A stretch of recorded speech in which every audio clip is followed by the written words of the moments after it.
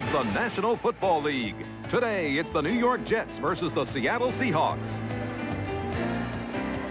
This is the Kingdome in Seattle, where the New York Jets are ready to take on the Seattle Seahawks, a team the Jets have not played since 1987. The building is a formidable foe. This Seattle Kingdome is said to be the loudest building in the NFL when the Seahawk fans rev it up. Today they'll have a new quarterback to cheer for because Jeff Kemp is starting for the injured David Craig. There is Jeff Kemp, the son of the former Congressman and Buffalo Bills quarterback Jack Kemp. Jeff, an 11-year veteran out of Dartmouth, but he's not started a game since 1988. He did get some playing time last week when David Craig went down with a fractured thumb. His counterpart for the Jets, who's had the hot hand over the years against Seattle, is Kenny O'Brien. He had a good game last week in the Jets' opening win over Tampa Bay, as the Jets won by a 3-point margin. They got a big game from their second-year runner, Blair Thomas from Penn State. Rushed for a career-high 92 yards on 23 carries. He could get the ball even more today. I'm Don Criqui with Bob Trumpy at the Kingdome. The Jets 1-0, the Seahawks 0-1. And Blair Thomas, who carried the ball between 20 and 25 times a game at Penn State, told us before the game, the more I get it, the more I like it. And the Jets want to give it to him a lot, Trump. It certainly takes a lot of pressure off Ken O'Brien in the offense when you've got a running back like Blair Thomas, who makes a lot of people miss, Don, and he also gains a great deal of yardage after that first hit. The true test of a running back in the NFL. Jets have won the toss, and John Casey, a rookie place kicker from the University of Georgia, will kick it off. Don Odegaard is back deep now for the Jets, and the crowd starts up early. Casey, a left-footed kicker, boots it down to the goal line, and here comes Odegaard.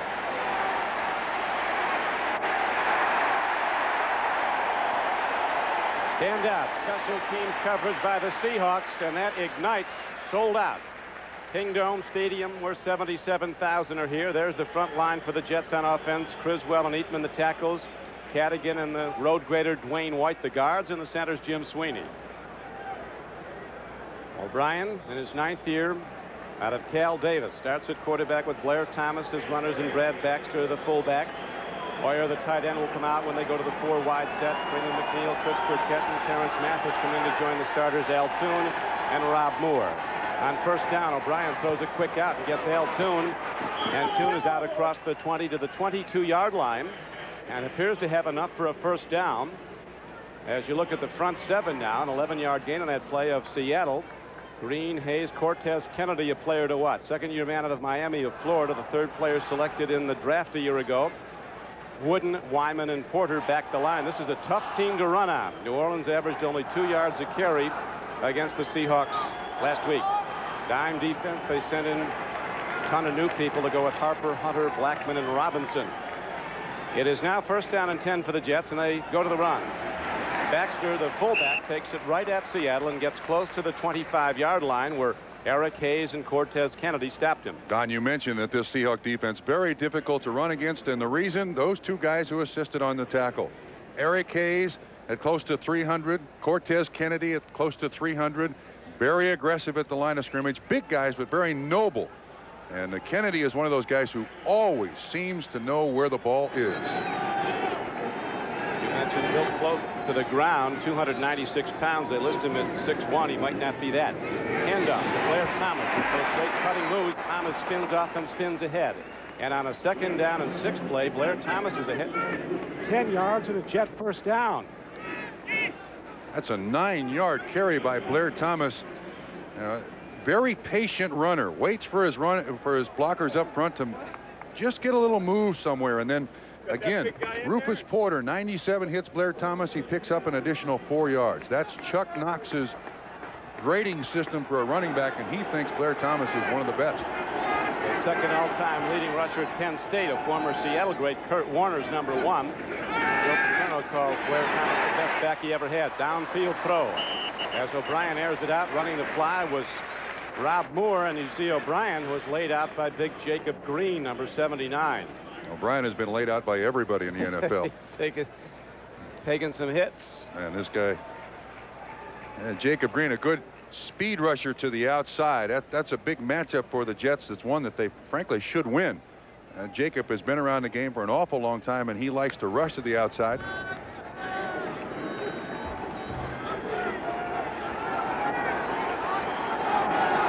Now it is 2nd down and 10 for the Jets. Lone wide receiver, power set right, and they go to Blair Thomas. He cuts inside and gets to the 38-yard line, a gain of 4. We'd like to welcome those of you who've been watching the Browns and the Patriots. Cleveland a winner for the first time under its new coach Bill Belichick today, winning 20-0 at Foxborough. We're at the Kingdome in Seattle, where the Jets, after taking the opening kickoff, have now advanced the ball out to their 39-yard line. 3rd down comes up now for the Jets, and they need 6. O'Brien stands in. Tip ball is picked. It's picked off and taken back to the 35-yard line by Robert Blackman, the strong safety. Cortez Kennedy and Eric Hayes put the heat on O'Brien, and then somebody tipped the ball, and it was a room service interception for Blackman. And one of the things that the Jets want Ken O'Brien to do is set and throw. He does, and Kennedy tips the ball. It looks like Al Toon was the intended receiver, but Rob Moore was the intended receiver, but you're right. I mean, the defensive backfield coach doesn't throw it that good in practice to Blackman, and he does make the interception. Now Jeff Kemp starts on offense. No score opening quarter. Seattle's first possession. Derek Fenner runs down to the 32-yard line. Gain of 3 yards on the play. Mo Lewis, the outside backer on the left side, the rookie from Georgia, made the stop for the Jets. Offensive line, Heck, a top pass blocker. Bailey, Fiesel, Millard, a great run blocker, and Hitchcock starts at right tackle for the injured Ronnie Lee. John L. Williams and Derek Fenner, the starting runners. Blades and Kane, the wideouts. Tice, the tight end. They call it their spread formation. Lewis, Clark, and Paul Scanzi will come in to join Blades and Kane as wideouts. 2nd down and 7.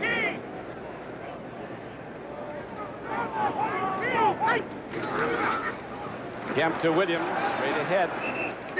Coming up to make the play was outside backer Joe Kelly, number 58 for the Jets. Jets, a young defense, a lot of speed in their front seven, more than they've had in recent years. Washington, Mercereau, Dennis Bird, who might be their best front lineman, and Jeff Lageman across the front. Lewis has come on very well, a 3rd-round pick out of Georgia. Kyle Clifton's been terrific, if unheralded, for the Jets over the years. In his 8th season, he was their number 1 tackler, was the number 1 tackler in the NFL. In their dime defense, they put a ton of new defensive backs in to join stars Joe Hasty and Lonnie Young. Washington, Odegaard, Brim, and Kors come in. Extra DBs in now as it's 3rd down. Jeff Kemp from the shotgun needs 5. Throwing a catch.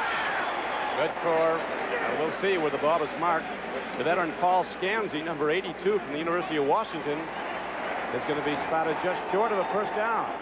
Just 4 yards on the reception. Scanzi should know better than that. They try to run a pick. There's 82 Scanzi going back in motion. The outside receiver tries to pick the defensive back, but an excellent job of coverage. I believe that's Washington, 48 on the tackle. Or is it Mike Brim? Excuse me, Mike Brim, 43. Kemp looked good there, setting up. Good pressure from New York, but he makes his first completion, and they're going for it on 4th down. Lageman knocked him down just as he released the ball. 4th and less than a yard. Power set. Fenner. Did he get there? Jets shoot the gap nicely, and the Jets might have stopped this 4th down try. Could be a big turning point early in the game. Lageman's running off the field, so sure is he that the runner was stopped short. It all depends on the spot, that's for sure. This defense now, the New York Jets under Pete Carroll, a very, very aggressive defense. They play one gap, which is they're not responsible for the man in front of them, just his either inside or outside gap. That allows the defensive line to get further up the field. And they stop him. Goodness, ground chuck. Can't convert a 4th down in about 1.5. They had problems running last week against New Orleans, had only 40 yards rushing. Well, they blamed it on New Orleans, considering that New Orleans is an excellent rush defense, but with just 1 rushing 1st down last week against New Orleans and not converting this 4th down to 1st down, Boy, it's got to make people worry. Mercereau right there fought off the block and was there to make the tackle.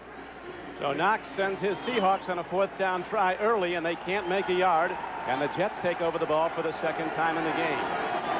No score in the 1st quarter. O'Brien on a delay hands off to Freeman McNeil as he weaves ahead at the Seattle defenders and gets to the 32-yard line. Freeman McNeil, the longtime veteran out of UCLA, gets ahead for 6 yards.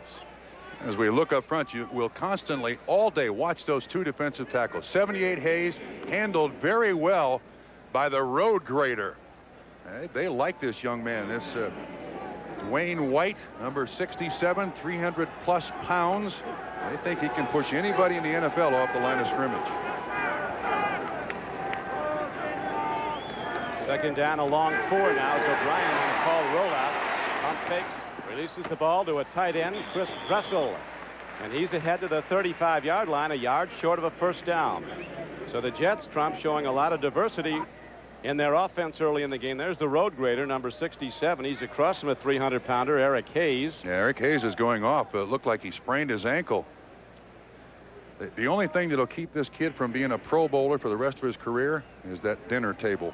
If he can keep his weight around 310, he is going to be an awesome offensive guard. But he's got to fight that weight. That's Eric Hayes to the sideline. 3rd down and a yard now for the Jets. Play fake by O'Brien, and the rifle throw good for a 1st down. Brilliant execution by the Jets as they look to open it up early. On a 3rd and 1, the whole Seattle front 7 looking run. A fine play fake by O'Brien, and then still with pop on his fastball, he delivers it to Rob Moore for 17 yards. That is an excellent feature of the Bruce Coslett offense. He loves that play action fake. Of course, you got to be able to run it to hold those linebackers at the line of scrimmage, but there was no one between Ken O'Brien and Rob Moore for that 17-yard reception.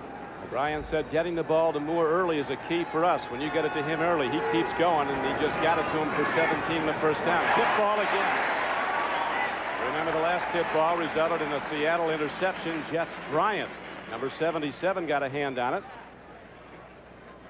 It'll bring up 2nd down and 10 for the Jets at the Seattle 48-yard line. Jeff Bryant, a replacement for Tony Woods, who's out with a bad knee. You'll see him on the right, comes to the outside, gets that mid up.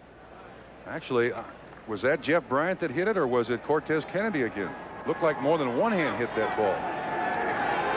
Al Toon had his best career day against the Seahawks in '87. About 195 yards worth of passes as Baxter runs hard. Jets get some good blocking from their left side. Criswell, the left tackle, Cadigan and Sweeney.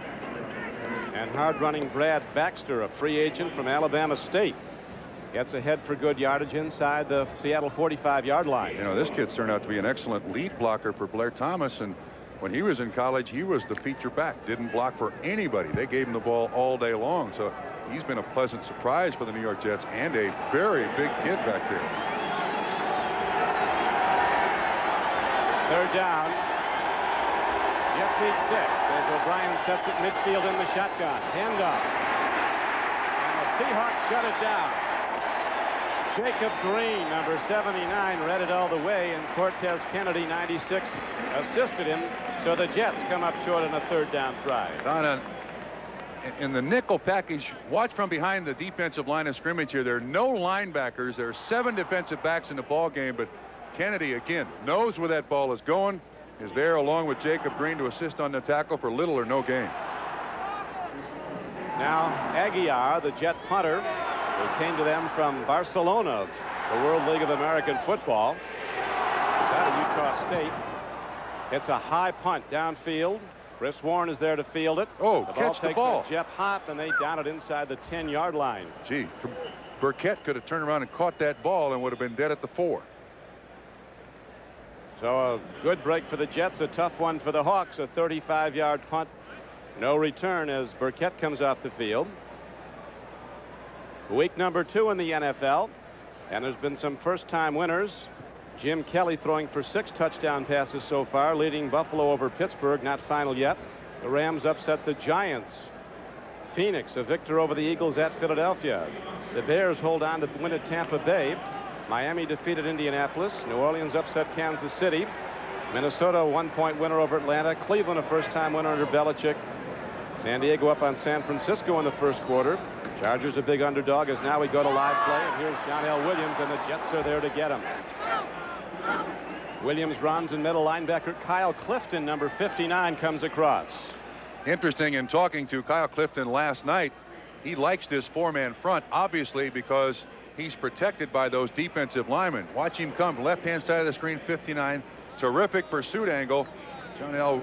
Williams realizes that he has no place to go. He loses 3 yards in this running game of the Seattle Seahawks, which is the benchmark for the Seattle Seahawks, not working to this point in the game. They don't want to put a lot of pressure on Jeff Kemp to throw it. They may have to. Kemp sets up under his center now on 2nd and 13. Out pattern. He's got a man. Catching the ball is Tommy Kane, who is a standout at Syracuse, and he's ahead for a gain of about 12 yards, just short of a first down. The left side cornerback Stargell, who has been a target for opposing quarterbacks, was defending a gain of 12, bring up 3rd down and 1. Yeah, Stargell he's a target because the other corner, Hasty, apparently one of the best coverage guys man-to-man you can find in the league. So why not go to the other side? Stargell was beaten last week by Lawrence Dawsey of Tampa Bay in a 65-yard scoring play. That's right, Trump, about James Hasty. A lot of people won't even go to his side. He is now acclaimed as one of the best one-on-one covers in the NFL. He's a native of Seattle, happy to be playing here. Here's a quick ball and good one by Jeff Kemp. He throws the fastball, and Brian Blades, who came into this game, the #1 receiver this season in the NFL, makes the catch. Blades caught 12 last week against Tampa Bay. Excellent job for Jeff Kemp. Or against New Orleans. You know, you take a little bit of confidence for each play to the quarterback. It looked to me like number 48, Washington of the Jets. If he looks at the ball, he's able to put his hands out there and hit it, but it was a completion. But Chuck Knox is going to keep it short. High percentage passes, 3- and 5-step drops for Kemp until things get going here. Seattle gets its first down. There's no score in the game. 4:40 to play in the first quarter. Fenner cutting back. Derek Fenner breaks it for 15 yards and a Seahawk first down. Lonnie Young finally got him. Watch this lead block by 32. John L. Williams on Kyle Clifton. Middle linebacker is supposed to be there to make that tackle. John L. Williams gets Clifton on the ground, and Fenner scoots right by him for 15 quick yards. John L. Williams has been the total offensive yardage leader for the Seahawks the past 4 years. He had 10 receptions last week against New Orleans. Williams gets the call, and the Jet defenders again very quickly to the ball, making the knockdown for a loss of a yard on the play. Seattle trying to run the ball. Trump is not working yet. Yeah, and again, against this Jet defense, there are going to be plays where they pop through cleanly, like the last one did with Fenner carrying the ball.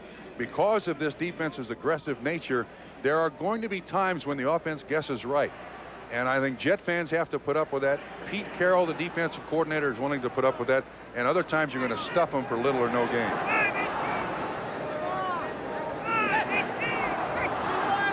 Here's Kemp dropping on 2nd and 10. An out pattern to Fenner. He breaks the tackle. And Derek Fenner is across midfield and down to the Jets' 45-yard line.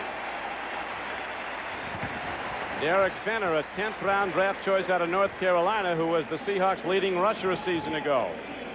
They get single coverage here. Lonnie Young, 31, misses the tackle. He's the safety covering the back out of the backfield. Fenner, another one of those versatile backs. You know, Seattle basically has 4 fullbacks with Jones, with Fenner, with Chris Warren, and with John L. Williams. They got big backs who can do a lot of different things for you. And Kemp Trump off to a good start. 4 for 4, 38 yards. His last start was against the 49ers 3 years ago. It did not go well for him. Here he play fakes. He's looking deep. Kemp fires it out. It's picked off by James Hasty of the Jets. He's across the 40 and the 50. He has blockers as he comes inside the 35-yard line of Seattle. So the turnovers even off at 1 apiece on a pick by James Hasty. And Kemp's big start comes to a screeching halt for the moment. Don, that ball was thrown way too late. Tommy Kane was open over the middle of the field. Kemp, watch how long he looks. You can see Kane. You should see Kane. There he is. He's open now. Why he waits to throw it, I don't know. But Hasty is back there waiting for him. Ends up being a pick and a 38-yard return for the New York Jets. Turnovers last week against Seattle, 4 of them. It really cost them a chance to win that game against New Orleans. So the Jets now start inside the 35-yard line of the Seahawks. Here's a handoff to Baxter. Brad Baxter, who attacks tacklers, gets ahead for a good gain of almost 7 yards. Jacob Green and Terry Wooden were the stoppers. Watch Kennedy again, 96. Sweeney to center. Look where Kennedy is, right where the ball is. Baxter, an excellent job of cutting it back. That's one of the things that the Jets are going to have to do all day long. Cut back against those defensive tackles, Hayes and Cortez Kennedy. They call Cortez Kennedy the Tez. Defensive line coach George Dyer says what I call him is a champion. He's the best we've ever had around here. 2nd down and 4. Turning the corner is Blair Thomas. Beats the tackler. Look at the moves as Blair Thomas weaves down to the 15-yard line. On 2nd and 4, he got about 13 yards and a Jet first down. Eugene Robinson got him.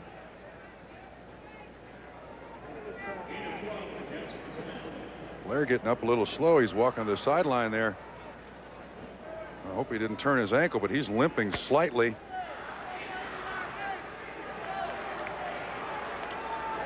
This is Don Criqui with Bob Trumpy at the Kingdom in Seattle. We'd like to watch those of you who've been watching the Bills defeat the Steelers 52-34. There's no score here, but the Jets are driving after an interception. Freeman McNeil turns up and takes on strong safety Robert Blackman, a hard hitter from Baylor in his 2nd year with the Seahawks. A gain of 3 yards on the play, 2nd and 7. So far, Jets have done one thing, and that is keep this Kingdom crowd quiet. Very seldom do you come to the Kingdom and you can hear the snap count on the field. The Jets all week worked on the silent count, but the Seahawk fans yet to really get into this game. Seahawks trying to avert the bad start of a year ago. They went 0-3, then won 6 of their last 8 to finish 9-7. McNeil loses the ball and quickly falls on it, saving possession but losing yards back to the 17-yard line. The very quick Rufus Porter, who's a 2-time Pro Bowler and outside backer, was almost on it.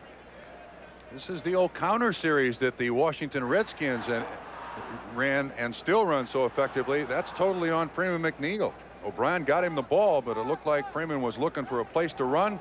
Forgot to hang on to it. Al Toon looking over to the sideline as a play is signaled in now. This will be an interesting call, Trump. Four wides for the Jets. 7 DBs for the Seahawks.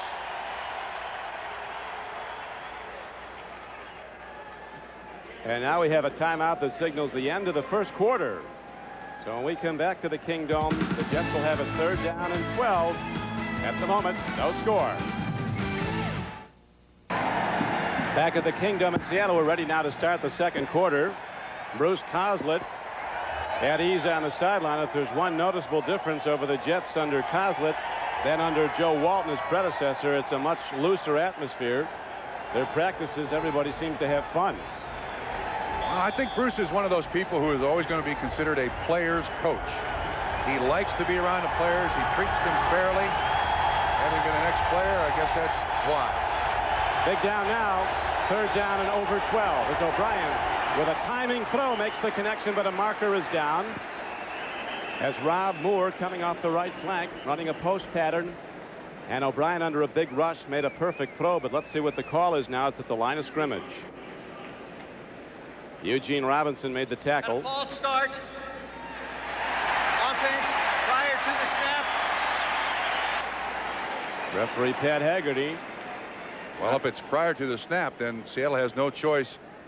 They have to take the penalty, which gives the Jets another 3rd down crack. Not designating any numbers. Somebody in white. Dwayne White, that big guard you were talking about, 312 pounds, and he's against Hayes, who started the season at 336.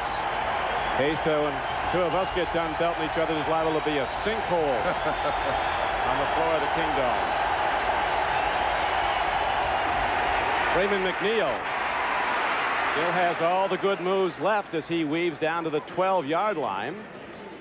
Seattle playing pass all the way, and Freeman McNeil gets ahead for a gain of 10 yards, and the field goal unit comes out. John, I think it's a very sound offensive call. You've got a 4-man front, 7 defensive backs, and if you can slip Freeman McNeil through the line of scrimmage and he breaks 1 tackle, he might pick up the first down. But Leahy comes in for the field goal.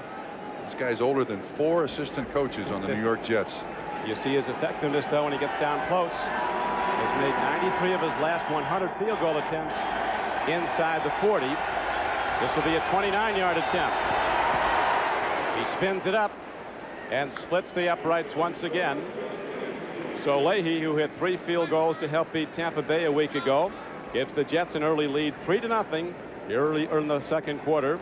The Jets will kick it off when we come back. 9-yard field goal by Pat Leahy of the Jets has opened the scoring here at the Kingdome, and now Leahy kicks it off, or Aguiar kicks it off, a high spinner. That's going to be taken by Chris Warren back at the 7-yard line. He breaks it. A big back with speed. Chris Warren at 230 pounds, one of the fastest runners for Seattle. And he gets ahead for a 21-yard return, and the Seahawks ready to go on offense again when we come back with the Jets in the lead 3-0. Football League is brought to you by Miller Lite. It's it, and that's that. By Big Men Shavers. There's a big for every beard. By Xerox Antifreeze Coolant. The temperature never drops below Xerox. And by Radio Shack, America's technology store. Nobody compares. 3-0 Jets on a 29-yard Pat Leahy field goal. Now the Seahawks go on offense from their 28-yard line with Jeff Kemp at quarterback for the injured Dave Craig. You see the time of possession. Jets dominating early as we have 13:50 to play in the first half. Kemp with a spread out. Here's a penalty marker down as John L. Williams is ahead for a gain of about 8 yards. He went out of bounds at the 35-yard line, run out by Kyle Clifton. This penalty is going to be against Seattle. Pat Haggerty with a call, illegal use of the hands. You know, that first quarter statistic on time of possession, the Jets last week had the ball for 38 minutes. And when you can keep your other team from running just 11 plays in the second half, as they did with Tampa last week, you're going to win. To the mass, number 76. Offense. Still first down. Hitchcock, who is starting for Ronnie Lee at right tackle, called for the infraction, and now the ball will be set back inside the 20-yard line. Game not starting the way Chuck Knox likes his football team to start. They're sputtering here. Can't get the running game going, and he does not want Jeff Kemp in many 1st and 20 situations. That's what Kemp has now, 1st and 20, as he calls signals with a foot movement. Sweet. And they go to the run to John L. Williams. Blockers in front. Williams gets out to the 26-yard line. Got about 9 of the penalty yards back. Tackler was James Hasty, the right quarterback, number 40, and Scott Mercereau. Again, when you look at this defense, there are defensive backs all over the field. A 4-man defensive front for the New York Jets, 7 defensive backs, and that's old USC student body sweep right. They pull the guard, the center, and the tackle as lead blockers for Williams, and he picks up 9 easy yards. Big John L. from the University of Florida sets up as a lone back now. 4 wideouts in the game. Second down at 11. Same defense for the Jets, too, Don. They jam the front with 8 people. Kemp stands in, makes the throw, but it's to the wrong side. Looking to Brian Blades. It's incomplete. As we check now the Fram ticker. With 12:36 to play in the first half here at Seattle. Buffalo won, so did the Rams in an upset. Phoenix upset the Eagles at Philadelphia. Bears a winner for a second week. Miami gets its first win. And New Orleans upsetting the Chiefs at Kansas City. The Vikings win in an upset at Atlanta. Cleveland blanking New England.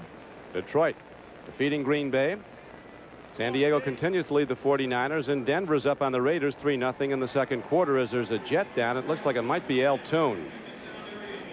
No, that's the defense is on the field. That's Darrell Davis. Darrell Davis. 98, not 88, Al. So while Darrell Davis is being attended to, looks like it's a little better now as he starts to get up. There'll be a break with the Jets in the lead 3-0. An ankle, he gets retaped. Looks like he'll be ready to go again. As the Seahawks now have a 3rd down and they need just over 11. Kemp from the shotgun eludes the rush. He can run. And gets out to the 33-yard line, but he's not close to a 1st down, and the Seahawks will have to punt the ball as the Jets free safety Lonnie Young moved up quickly and made the knockdown. Dennis Byrd, number 90, with a lot of speed, put the pressure on and flushed him. He got Jeff Kemp to run. Well, so far, Don, the Seahawks have been in this situation a lot. Kemp back with long yardage and got to throw it. That's not what Chuck Knox wants out of his offense, and that's not the position he wants to put a quarterback like Jeff Kemp in. The running game has got to work, and at this point, it's not for Seattle. Donnelly in the punt now for the Seahawks. It's a high punt. Terrence Mathis comes over, fields it at his 26-yard line. And the Jets with initial wave of blockers opening a channel, and then a penalty marker comes in from off the play. Might be an illegal block. A 41-yard punt and a 16-yard return by Terrence Mathis. Holding. Number 89 on the return. Dale Dawkins. You know, I don't know how long it takes for a coach to teach young players that once the ball is punted, every official out there has one thing to look for: illegal use of the hands. There's no way you're going to try to get away with it. All 7 officials are looking for illegal use of the hands. 9 on the return. Reaffirming it was Dale Dawkins, receiver from Miami of Florida, and a good one. Now an official timeout on the field with 11:43 to play in the 1st half, and the Jets continue to lead the Seahawks 3-0. 9-yard field goal by Pat Leahy lead the game 3-0. Now the Jets set up their offense 1st and 10 at the 26-yard line.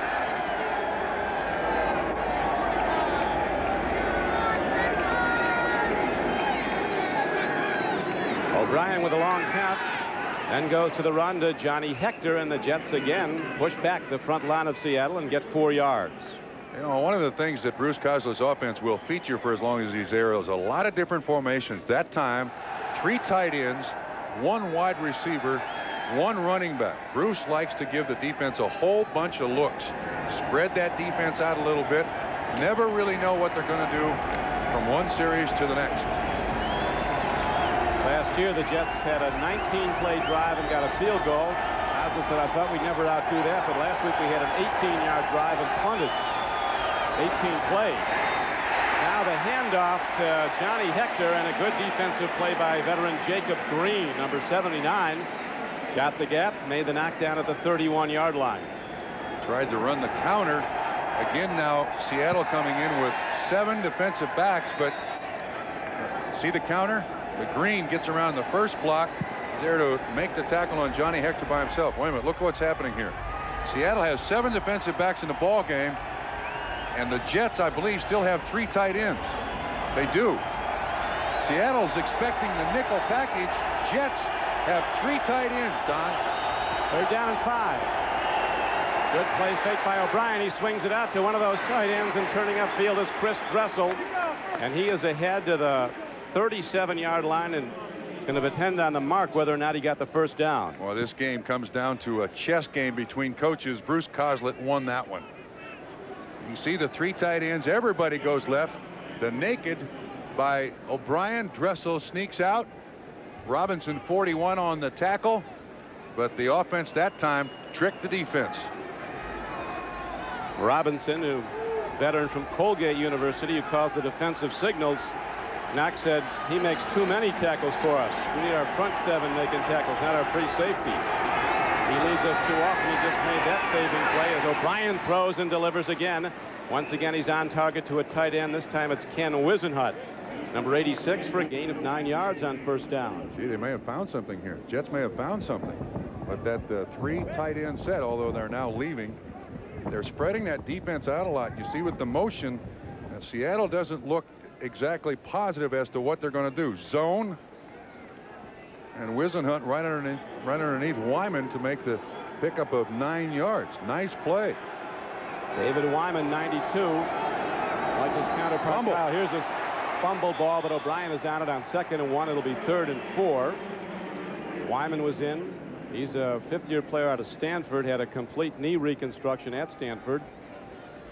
He's still one of the best middle linebackers in the National Football League. He never gets any acclaim. This guy, when drafted, flunked the 49ers physical because of his knee. Came to Seattle and has been a starter when healthy ever since. One of the game's real tough guys, too, but doesn't get a lot of great press up here in the Northwest. Came in the same year Bosworth. They say around here, Bosworth got the press and Wyman made the plays. 3rd and 2. Beautiful throw by O'Brien as he threads defenders and drills the ball in. Al Toon down and stop and a look in, and a hard thrown ball by O'Brien gets by the outstretched hands of Robinson. A 9-yard gain on the play. Wayne Harper almost gets there just as the ball does. O'Brien takes a while. See 29 right there? First Toon making his first start of the year, out last week because of the effects of a concussion in preseason. This Jet team has huge receivers with Toon, with Moore, with Burkett. Big, tough guys.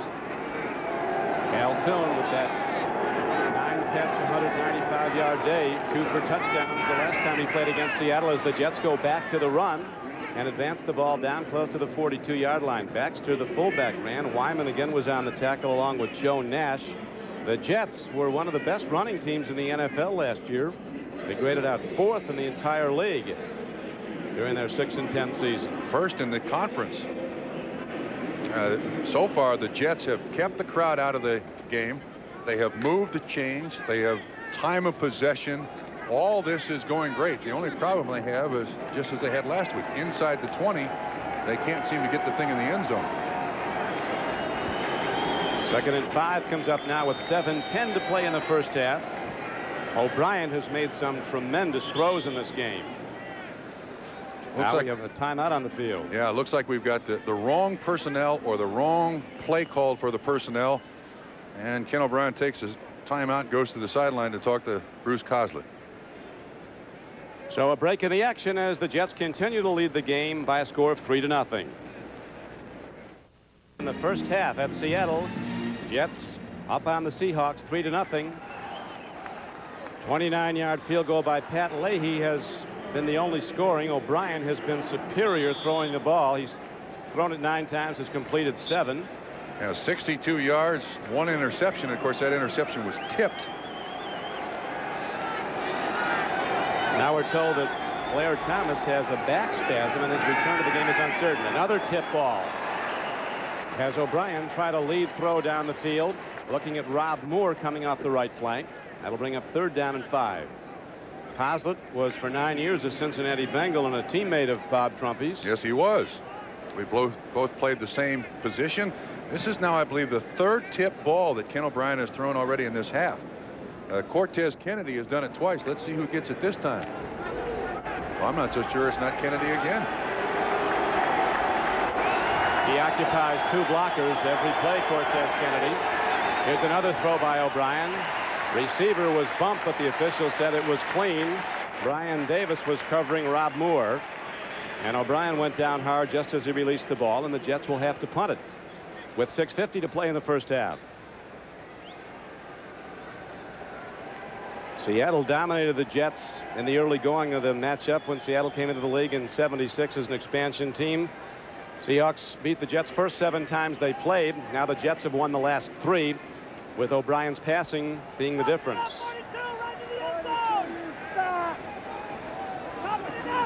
Chris Warren, who ran back a punt 21 yards earlier, fakes to field it as 5. It goes in. It'll come back to the 20 on a touchback. 42-yard punt, 22-yard net. And the Seahawks get the ball once again when we come back to the Kingdome in Seattle. 2 years old, out of the University of Kentucky. Eubank was criticized for hiring a coach that young with no pro experience.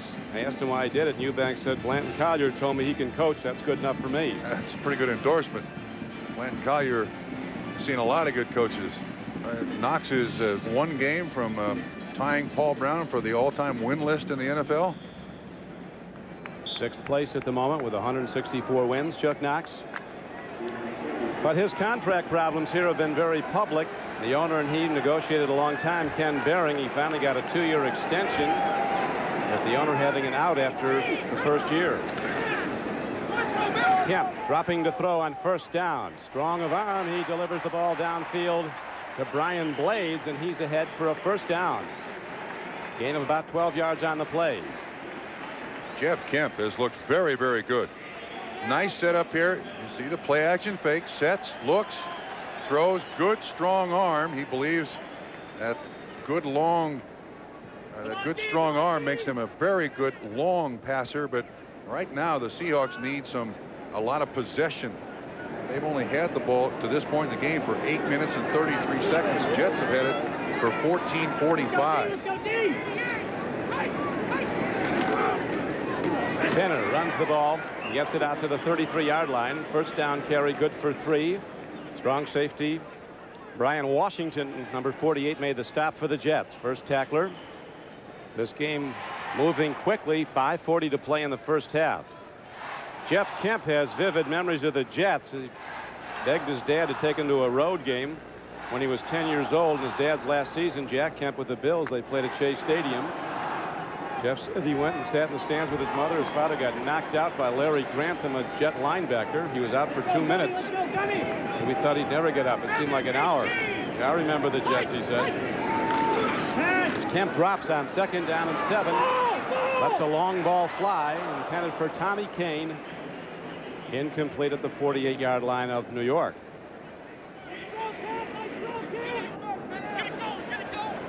As we check now the scoreboard and look at the Fram ticker. The winners in the earlier games today. Phoenix off to a 2-0 start. So are the Bears. New Orleans now 2-0.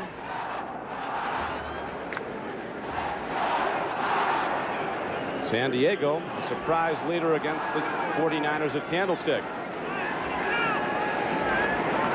Kemp sets in the shotgun now. It's third down and 7. Big rush comes. Washington, the safety, came up, and Kemp does well to release the ball. Tommy Kane, the intended receiver. Brian Washington came on a safety blitz and knocked Kemp off the play. He did get rid of the ball. Well, Washington was there. Mercereau was there. And Washington's the first one that flushes him. Bird was there. A lot of pressure on Jeff Kemp on that particular time, and he just throws the ball away to avoid the sack. Bird with the spin move, number 90. Fiesel, the center, 54, can't get out to pick up Washington, and the Seahawks must punt again. Rick Donnelly back in the game, and Terrence Mathis is back for the Jets. Jets put on the big rush, went for the block. High punt that Mathis has to watch hit, and again it takes a bounce against the Seahawks and comes out of bounds at about the 41-yard line. So the Jets again get good field position. NBC's coverage of all the thrills and excitement of Notre Dame football continues on Saturday, September 21st, when the Fighting Irish host the Michigan State Spartans, a longtime rival for Coach Holtz and the Irish. George Perla's team, always tough defensively and always tough on Notre Dame, as the Irish, though, have beaten Big Ten teams 15 straight times. Coverage begins at 1 o'clock Eastern time with Notre Dame Saturday, hosted by Gail Gardner and Ahmad Rashad. Well, to this point, this is as quiet as I've ever heard the Kingdom. They tried to start the wave.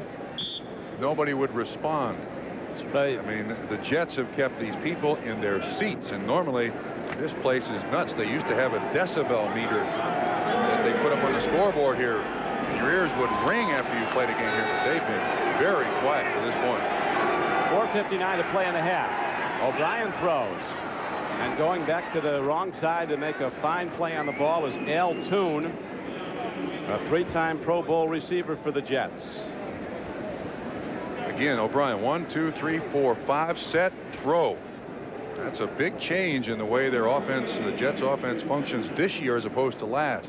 You used to wait for that receiver to get open. Now it's the receiver's job to get open. O'Brien is going to throw it on time.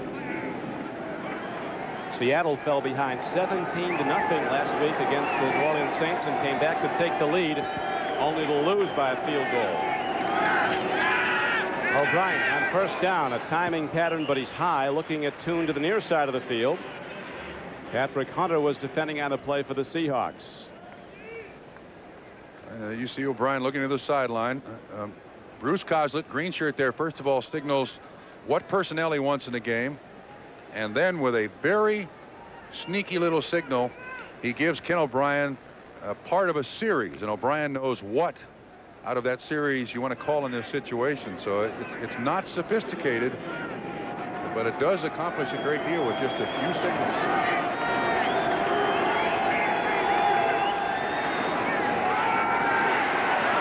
Freeman McNeil runs straight ahead and gets down to the 40-yard line. David Wyman stops the draw, but does it 7 yards downfield. It'll be 3rd down and 3. McNeil, who's been a standout for the Jets in his 11th year from UCLA. He was the 3rd player picked in the entire draft back in 1981. The Jets' all-time rushing leader with a career rushing average of 4.5 yards a try. Well, he's going to be busy. If Blair Thomas has back spasms, we haven't seen him since the first quarter. McNeil and Baxter are going to get an awful lot of work here today. 3rd down, the Jets need 3. O'Brien with a timing pattern gets it out to Rob Moore, and the spot looks like it's going to be just short of the 1st down. Dwayne Harper was covering and made the tackle. The linesman there, though, put his foot down short of the yard marker. That's the official side, too.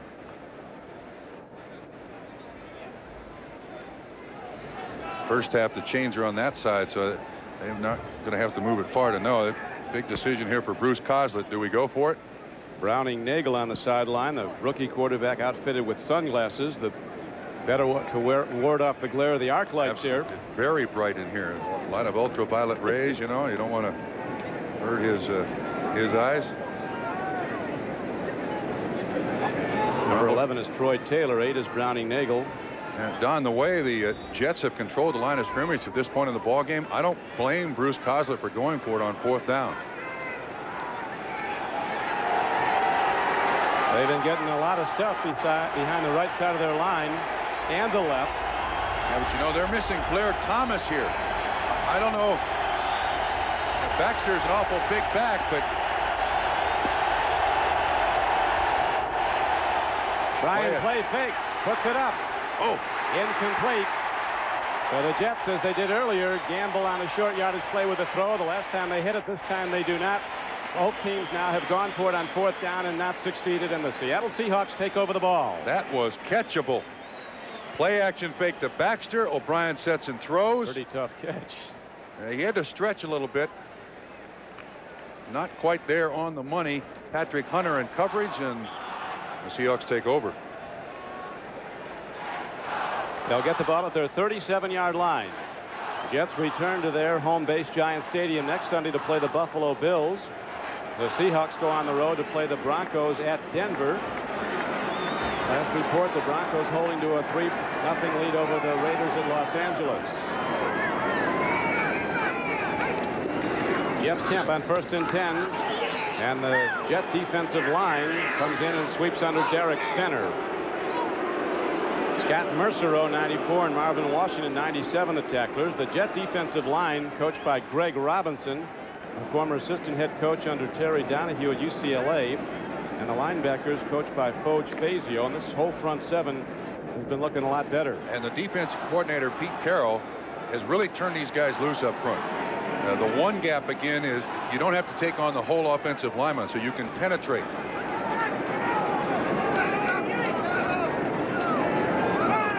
Second and 11 call now for Kemp and the Seahawks. Throw and a catch. Down the run is Tommy Kane. He's ahead for a 1st down to the Jet 47-yard line.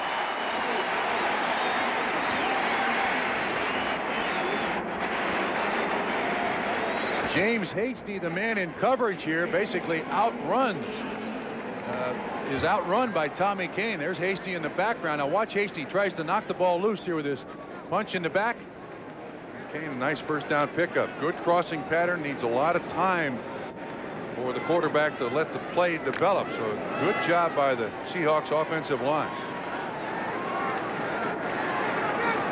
Tommy Kane, the Syracuse standout, was a National Hockey League draft quality hockey player out of Montreal, Canada. Here's the handoff, and breaking it is John L. Williams, as now the Seahawks start to get some offense. Down to the 35-yard line as the game is down to the 2-minute warning in the first half. Seahawks apparently buoyed by the Jets' failure on 4th down to convert. John L. Williams got 11. 2-minute warning. The 2-minute warning is given as the Seahawks have now moved into long field goal range as they trail in this game 3-0.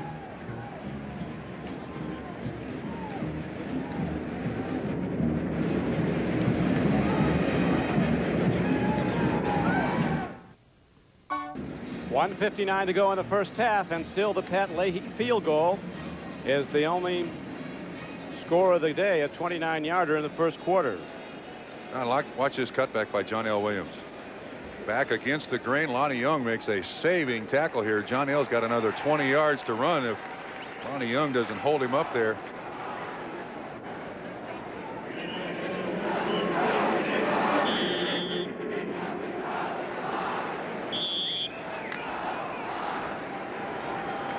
Jeff Kemp continues to operate fairly effectively. Jets have been keeping him under pressure. He's made some good throws, though. But the Seahawks still not close to points. There's a marker down at the snap of the ball. As the ball carrier is taken down quickly, John L. Williams straight ahead try. Yeah, John L. Williams was illegal motion. Trying to play a little Canadian football there, heading towards the line of scrimmage. Not allowed.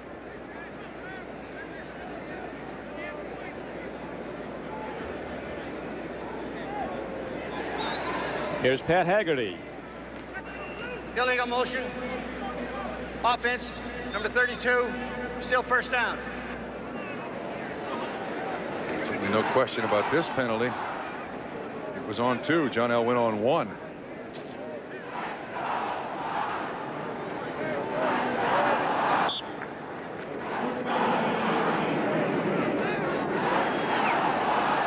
The Kemp's numbers, the 1 interception. Now on 1st and 15, Mike Tice, 87, the tight end, goes in motion. Kemp standing in. And on the run, he's got an open channel. Kemp's ahead inside the 30. He's got a first down and spins out of bounds down at the 22-yard line. A big block by wide receiver Tommy Kane helped spring him an 18-yard gain. Boy, did a great job there. You know, a kid with so little experience in the last 3 or 4 years might throw this thing up and try to make the completion. Kemp's choice, I'm going to run it here. Not afraid to run it. 18-yard run, gets himself out of bounds, stops the clock. Very well executed by Jeff Kemp. A young man with a great deal of confidence. You see that starting record with the Los Angeles Rams, with San Francisco, and here. Receiver at Dartmouth for 4 years was David Shula. They set a lot of Ivy League passing records. Don Shula's son. And again, the rollout by Kemp. Again, he eludes the rush. Lets it go. Man is open, but he skips it in on the 1 hop.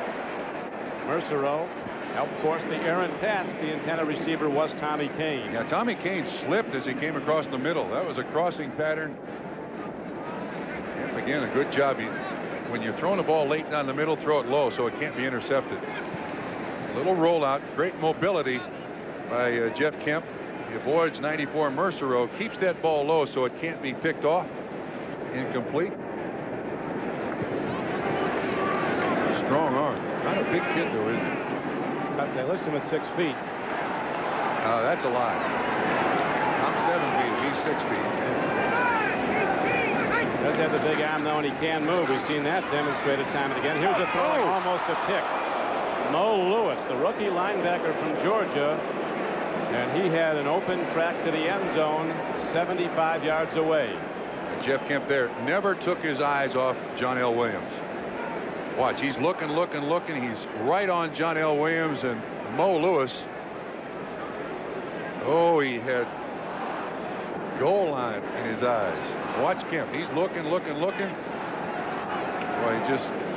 can't do that. You can't. That's too big an advantage for the defense. Now with 3rd down and 10 coming up. Kemp and the Seahawks align in the shotgun.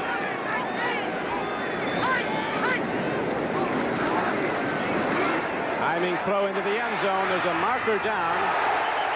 It was intended for Lewis Clark, number 84. Boy, there was contact there, Don.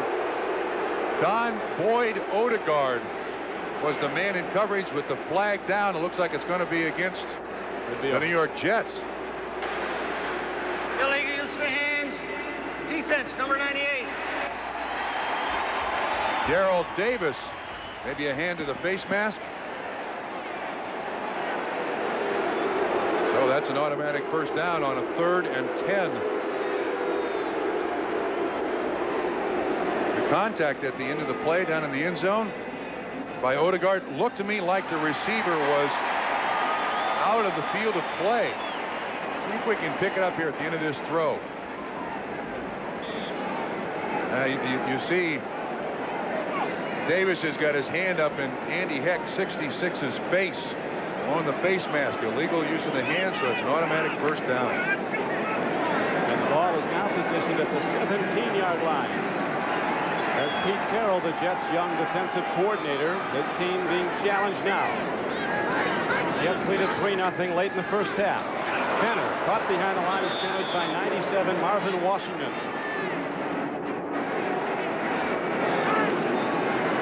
And again, I've referred to that one gap defense. And here is another example, because he jumps right inside this block. You see 97 on the left, jumps right inside Hitchcock 76's block and is there to make the tackle before Fenner can get underway.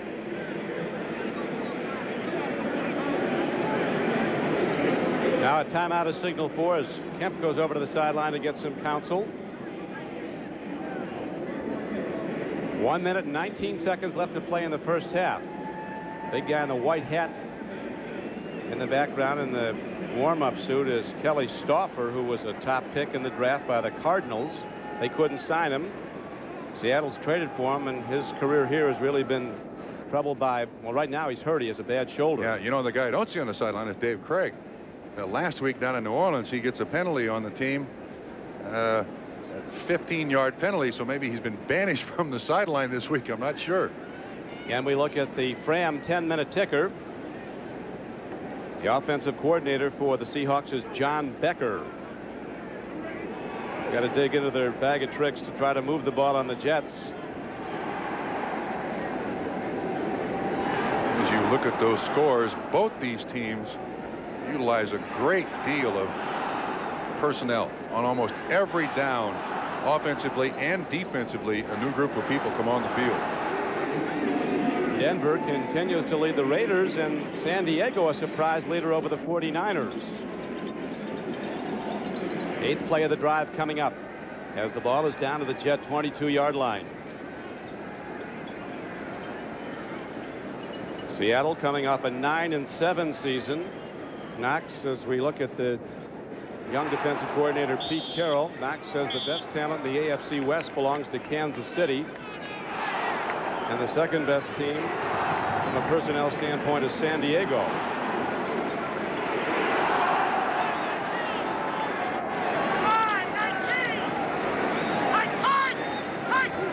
Kemp from the shotgun on 2nd down and 15. He's looking into the end zone, lets it fly.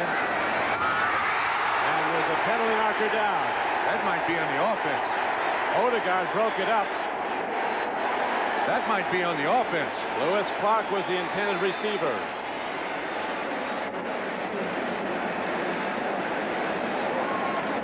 Bailey 65 overheard, and he says it's against the Jets. It is. Another first down for Seattle. Don, if we have this on replay, there's as much contact by Lewis Clark against Odegaard as there is the other way. Spread formation by the Seahawks. And at the break, we're not going to see the contact, I don't believe. You see that right arm around the back of Lewis Clark. There was the flag thrown, but Holding. Defense, number 21, still first down. different than pass interference in the end zone. They would have got the ball at the 1. So at least Don Boyd Odegaard knows if I'm going to do something in the end zone, hold him.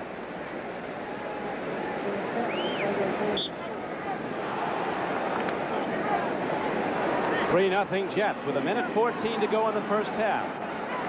Seattle now aligns first down and 10 at the 17-yard line.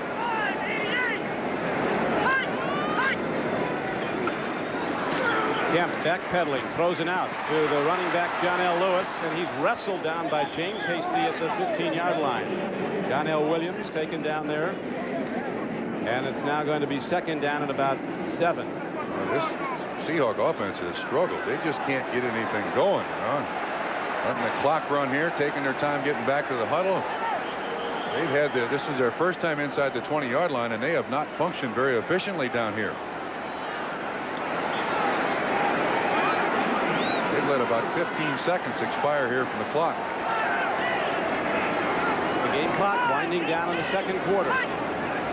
3-0 Jets.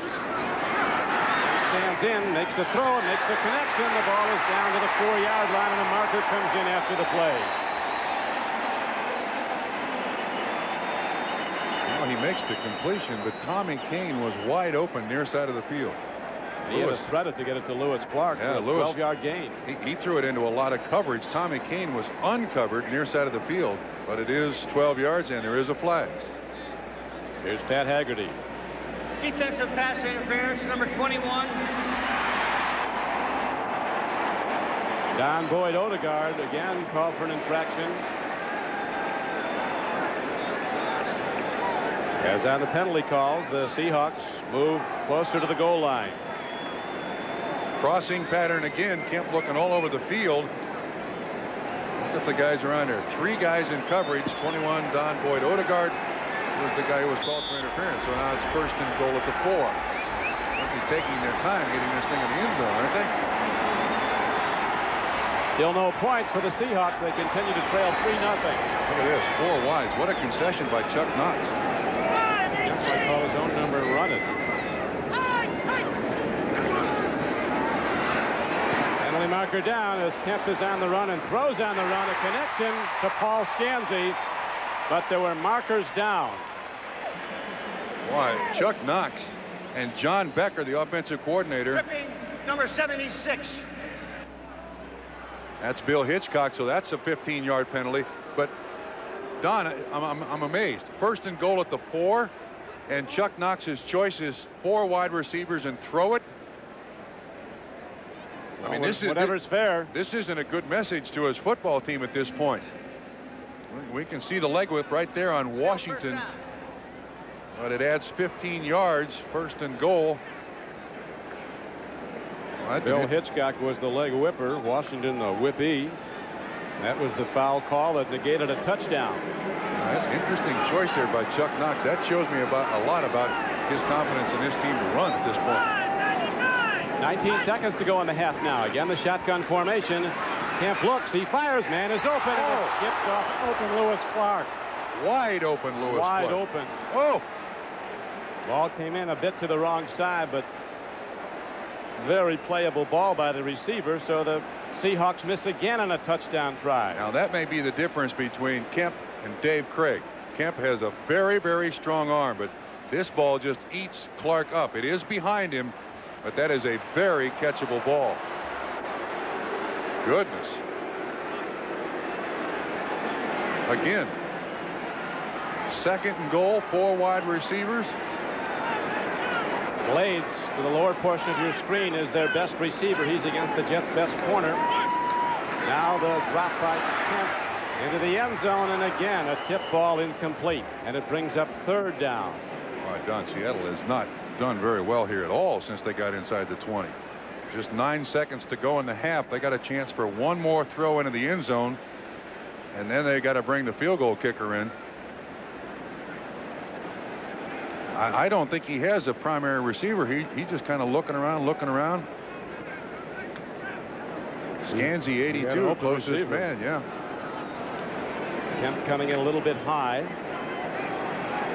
Bill Walsh, a quarterback expert, always talking about number 1 basic, delivering the ball, throwing off your left foot if you're right-handed. You got to have your weight forward. Kemp hasn't been doing that against the rush. Ball's been sailing.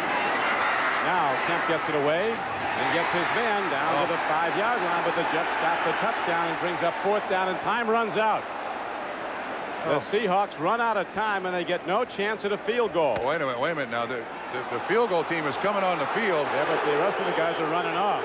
There was 1 tick left on the clock, and you do have to call the timeout. Okay. Let's see what happens here. The Jets have to come back. Yeah. Pat Haggerty says there's 1 second left on the clock. Even though the NFL says that the game clock, the scoreboard clock is official, it's not. The official time is kept on the field, and the Seahawks do have 1 more snap at it. So Coach Coslett has to come back on out. And the rookie place kicker, John Casey, who missed a 37-yarder in the closing seconds last week at New Orleans that would have sent the game to overtime, will now try a field goal for Seattle. Bruce Coslett saying, what are we out here for? The game clock expired. It was at 0-0. What are we doing out here? Why are they getting another play?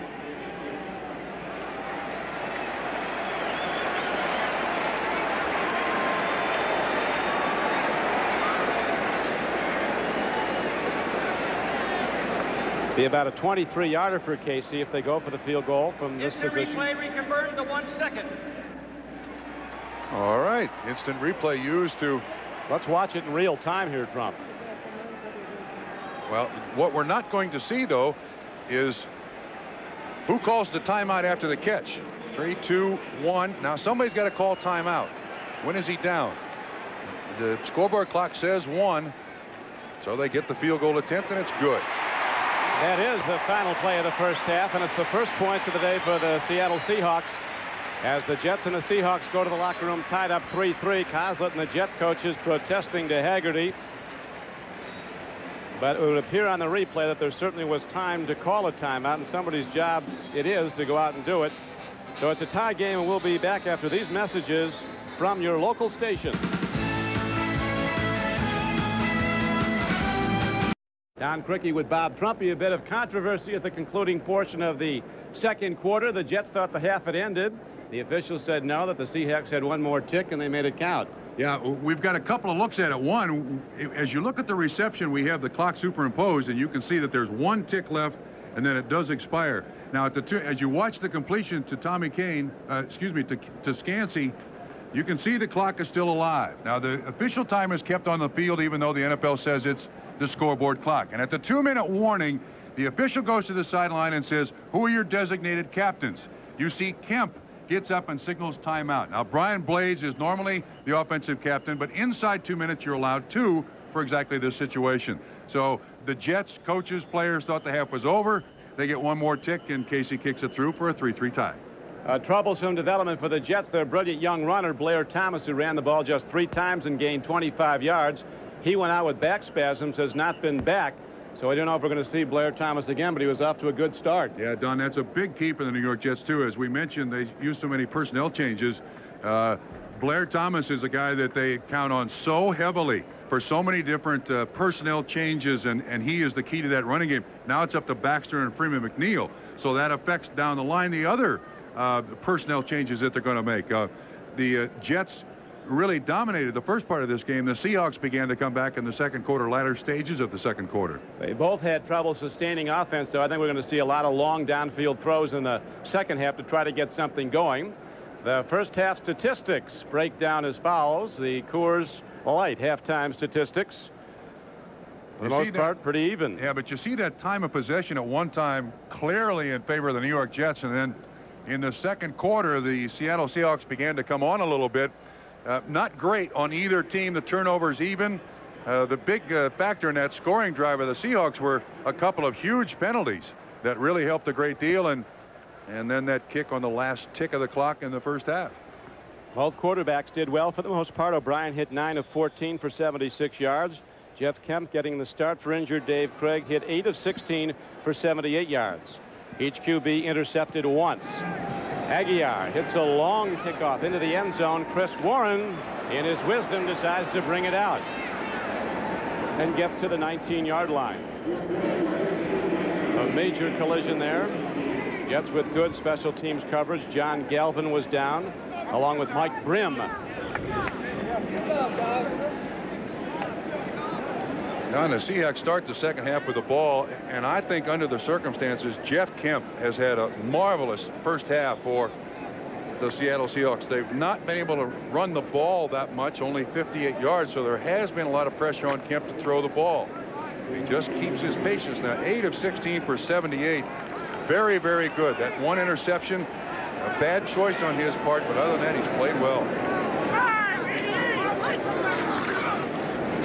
First and 10, and Kemp goes to John L. Williams, and the Jets are there to shut that down. Marvin Washington, 97, made the stop. As you look at the way it went for the Seahawks in the first half, you can see how they struggled. Now, this is a team that wants to run the ball. They got all these fullbacks, and they just can't seem to get it done. And in that last drive of the first half that resulted in the field goal, a couple of penalties really helped in their favor.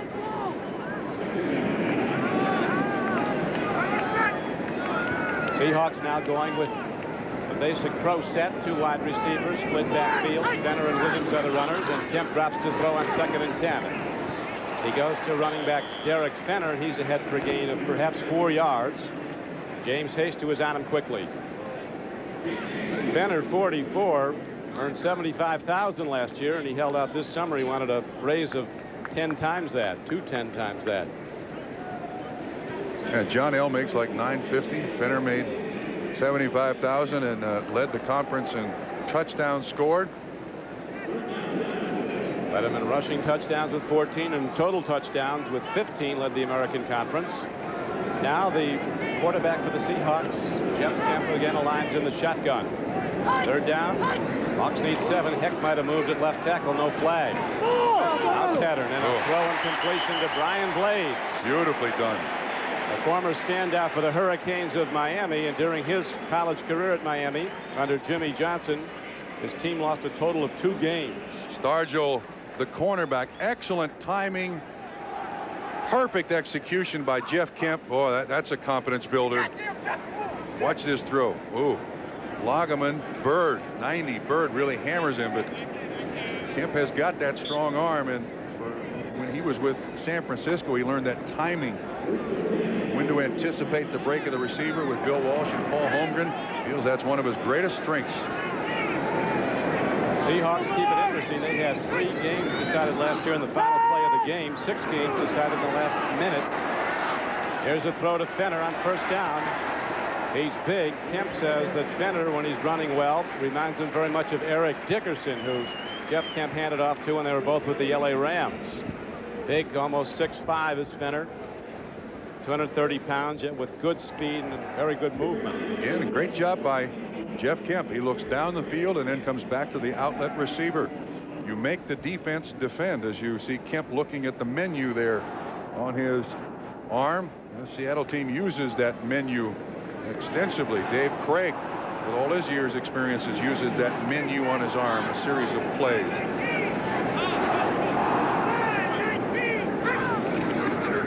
Kemp bootlegs on 2nd and 4. Jeff Kemp breaks it. So they do go to new plays to try to open something up, and Kemp makes the biggest play of this game for the Seahawks. Designed rollout, no question about it. Great confidence in Kemp. Good foot speed. Hey, you can tell he hasn't carried the ball much. He's got the thing out there.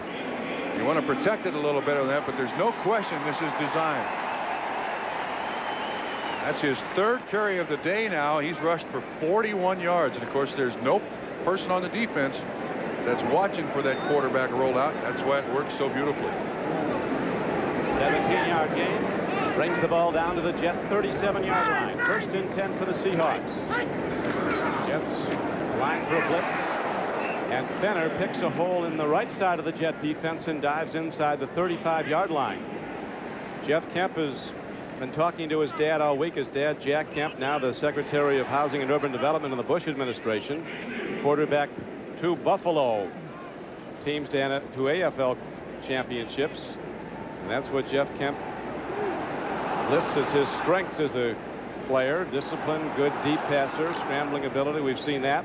And timing. We've seen that with that completion to Blades. Now they see he's motioning people around. I'm getting confidence here. I can play this game. There's his weaknesses. He starting experience, his size. On 2nd down and 7, Kemp again calls the rollout. This time he's going to let it rip. Goes to an open John L. Williams. And he is down to the 19-yard line. Mo Lewis, the rookie linebacker, finally made the play, but way downfield, a 16-yard gain for Seattle. Throwback to John L. Williams, and you know, Seattle really going to the back section of the playbook here. A lot of trick plays. The quarterback rollout run, throw back to the fullback to John L. Williams. Running a little bit, but trying to finesse the New York Jets here in this drive, and it's working. Kemp said his dad told him when he talked to him this week that everybody gets their chance. It comes in different ways. This is your chance, and you're ready for it.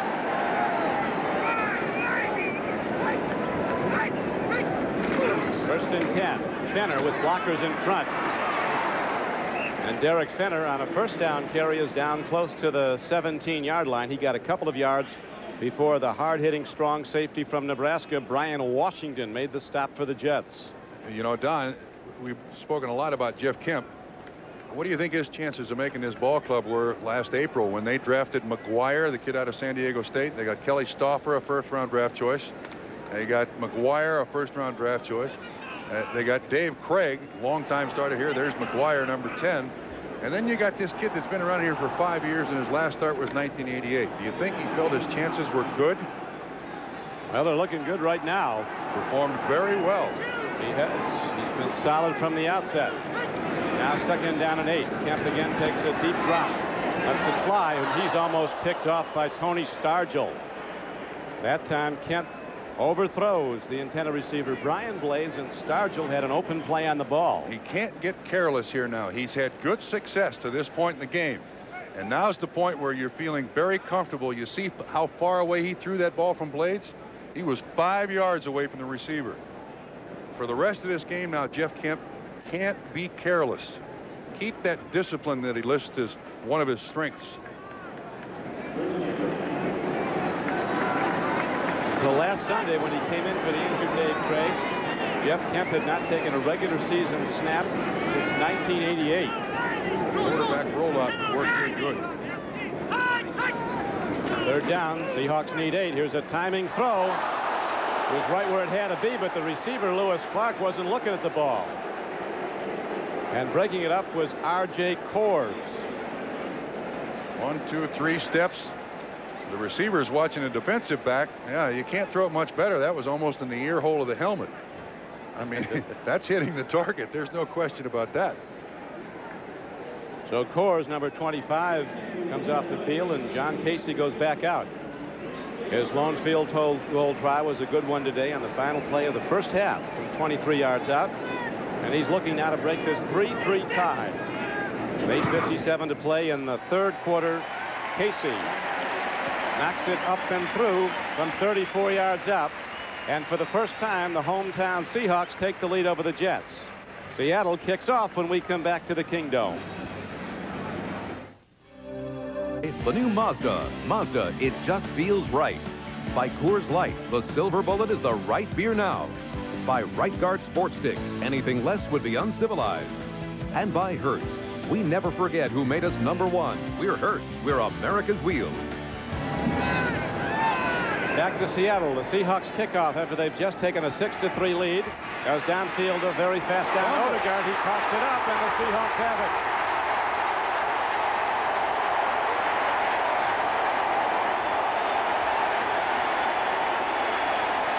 David Daniels might have recovered, but it was Chris Warren who made the stick, number 42. As Don Odegaard is having a tough day. He had 2 foul calls on pass interference in the first half. The mistake he makes is when he gets up in the air here. Warren does put his helmet right on the football. Daniels is the recoverer. 1st and 10 at the 13-yard line. See, when he gets up in the air, you can't protect that football. You're exposed. Big break for Seattle. The Jets' 2nd turnover of the game. Seattle's turned it over once.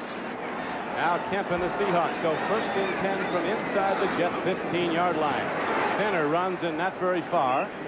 Coming across to get him was 94 Scott Mercereau, who's been tough at inside tackle. Mo Lewis, the outside linebacker, assisted. Well, the Seahawks have had very little, if any, luck running this football consistently. And the defensive line of the Jets are doing a great job of penetrating through that offensive line. That time Mercereau again jumps behind the block, catches the running back before he can get started. Seattle passed for 274 yards last week, ran for only 46. Tight end. Timing throw, touchdown Seahawks. Uncovered. Travis McNeil is in for the game's first touchdown.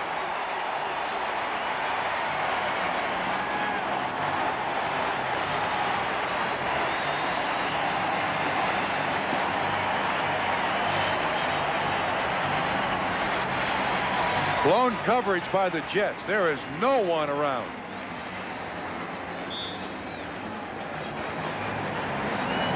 Hard for a guy who was 6'5", 245 to sneak into the end zone, but McNeil did.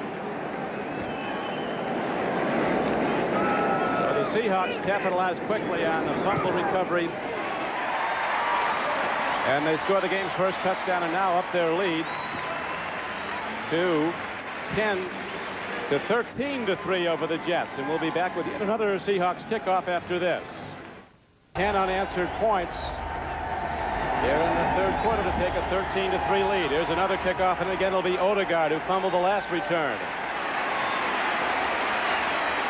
To the 20. And out to the 23-yard line. Another fumble. Seattle has the ball again. They're going to rule it down. They're going to rule that Odegaard was down.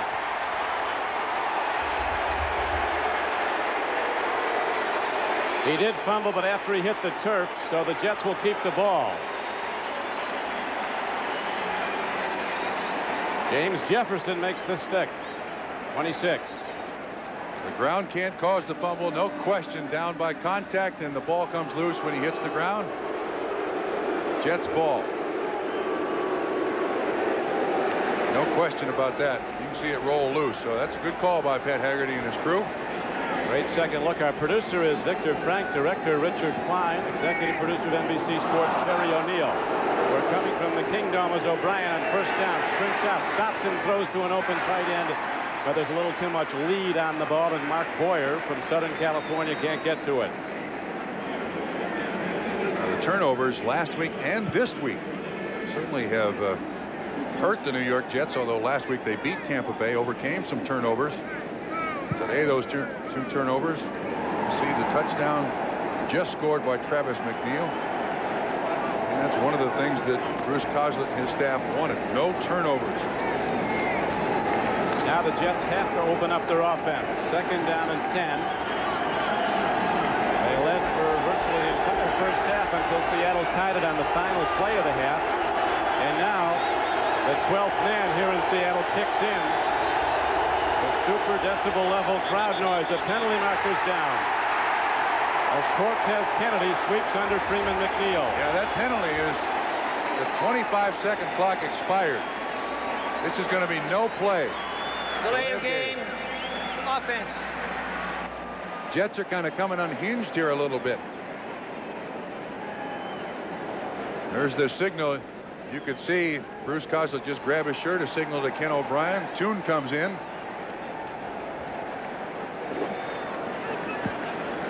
Seven minutes and 50 seconds to play in the third quarter.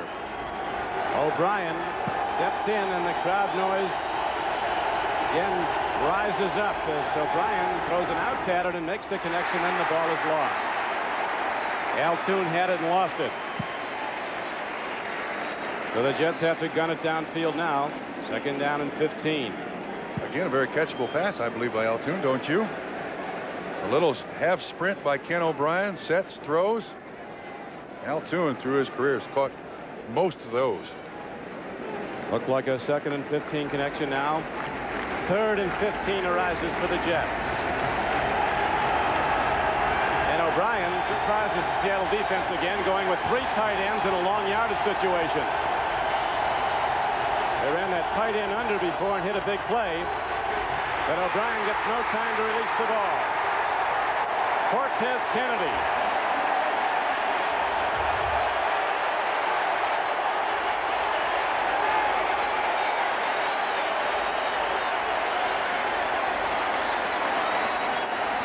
You'd have to be here to believe how loud this building gets. You see an excellent move by Kennedy. Running around the center. No, I take that back. Running around 66, Cadigan. Cadigan's hanging all over him. For a big guy, still great agility. Look at Cadigan trying to drag him down. He still makes the sack. Aguiar punts from the end zone, hits it downfield. Warren fields it. He has an open trap and takes it down to the 25-yard line. Oh, that's two big guys hitting there. Warren and Baxter. Woo! Baxter bounced off him like a rubber ball. So the Seahawks are in position to possibly score again. With Bob Trumpy, this is Don Criqui back at the Kingdome in Seattle. The Seahawks, after a 31-yard punt by Aguiar, just got a 20-yard return from Chris Warren, and the Seahawks, who scored on their two previous possessions this half to go in front 13-3, now have the ball 1st and 10 at the Jets 25. Yeah, they've certainly owned this third quarter. You look at the number of plays the Seahawks have run. That's significant because last week the Jets allowed the Tampa Bay Buccaneers just 11 offensive plays in the second half of the game last week in their win. And the Seahawks now have this big crowd of theirs back in the game. It was quiet for most of the first half. Fenner runs, breaks into the open, and James Hasty knocks him down, but this is a fumble. It might be. No, he's counted down. They'll rule the ground caused the fumble again. 9 yards on the carry, and I think you're beginning to see some fatigue in this Jet defense. It's a good defense. It's not deep. And they've been on the field the entire second half. And the ground causes the fumble. Ball down there. That's a nice 9-yard pickup for the Seahawks. A nervous one. Lonnie Young of the Jets got the ball. But it was a 9-yard gain at 2nd and 1. Ball position at the 16-yard line of the Jets. Jeff Kent, his confidence growing, continues to direct this offense. As the Hawks keep moving the ball, Fenner dives down to the 15-yard line. As we take a look at the Hertz ticker and the finals from earlier today. 6 minutes and 20 seconds to play in the third quarter here at Seattle.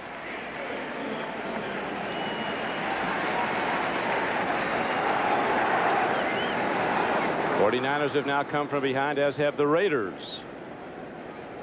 San Francisco leading in the third quarter.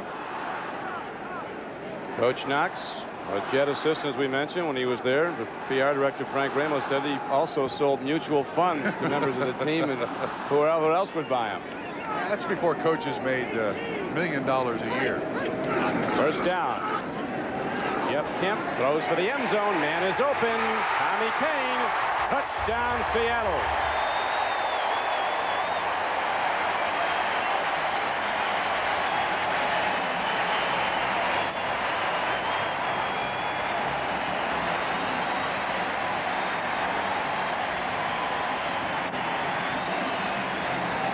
Again, very little coverage.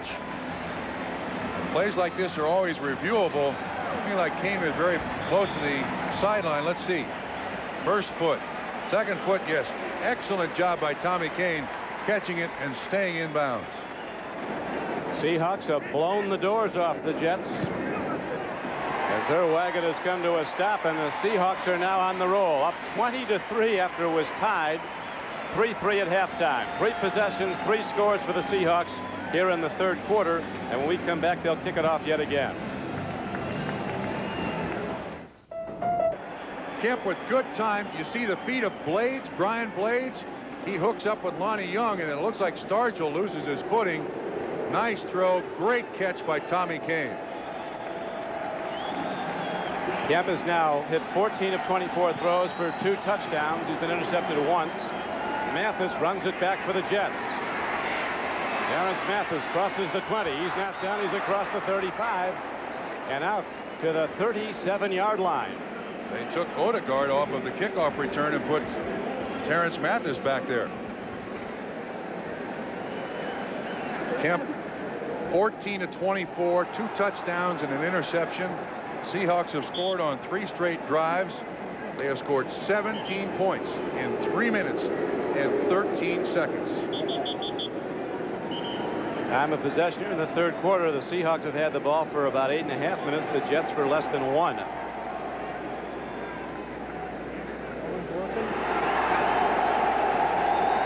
20-3. Seahawks lead it after it was a tie game, 3-3 at the half.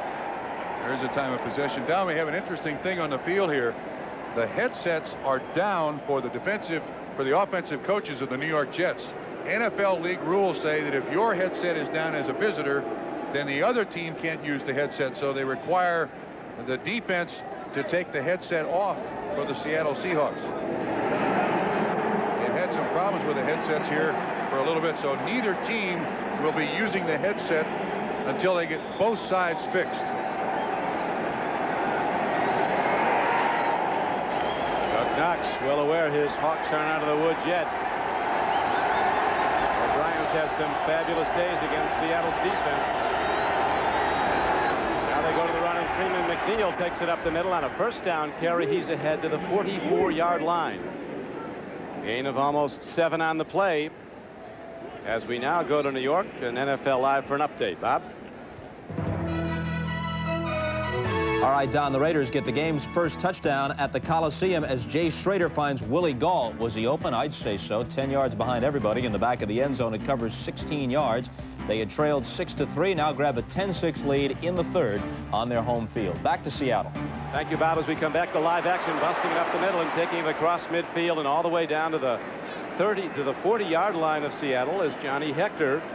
The last line of defense, Eugene Robinson, the free safety, made the stop. Good job here by the Jet offensive line. You see the hole. Joe Nash 72 on the ground. The road grader got him. In case you tuned in late, the reason we're not calling Blair Thomas's number, out with back spasms, does not expect a return today.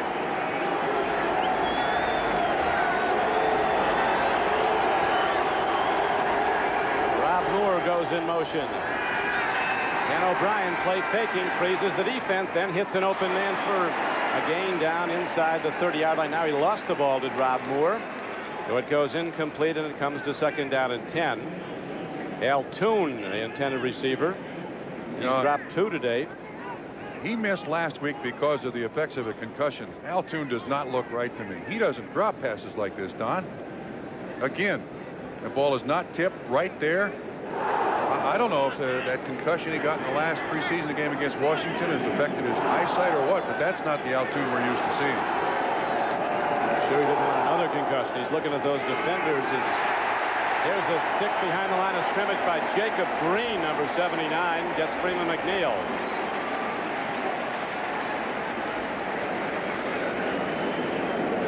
Loss of 4 yards on the play. Green was right around the right tackle. I think Irv Eatman is in there presently. Irv Eatman and Brett Miller are splitting time. No, it's Miller, 82. It looked like they were trying to lead block with Johnny Hector, and Johnny Hector didn't even make contact with Jacob Green.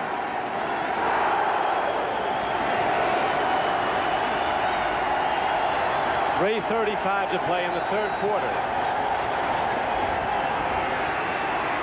Johnny Hector running well again. His last carry good for 16 yards. I'm not so sure if I'm Bruce Coslett, I don't go for it on this fourth down. This one he got 8 yards on. I mean, his defense has been on the field all second half. He is going for it. Burkett comes out. Toon comes back in the game. Mathis comes back in. Well, I have a feeling that Ken O'Brien has probably lost just a little bit of confidence in Al Toon. I'll bet he's looking for another receiver on this particular play. Burkett and Mathis come near side. Toon and Moore split to the right. Fourth down, Jets need 7. Here comes the rush. There's the throw. The connection's made to Freeman McNeil. And the Jets have a first down to the Seattle 25-yard line. Lazar sharp throw by O'Brien, and he was really under the gun. A 12-yard completion on 4th and 7. Freeman McNeil out of the backfield. Jefferson 22. You see the whole pattern. He just makes that defensive back stop with those little stutter steps, then runs away from him. And he does pick up the first down. Drive stays alive, Jets. Gutty call by Bruce Coslett. One he had to make, though. This team needs big plays and just got one, but 2:15 to play in the third quarter. Timing throw, out pattern, and Rob Moore can't get to the ball.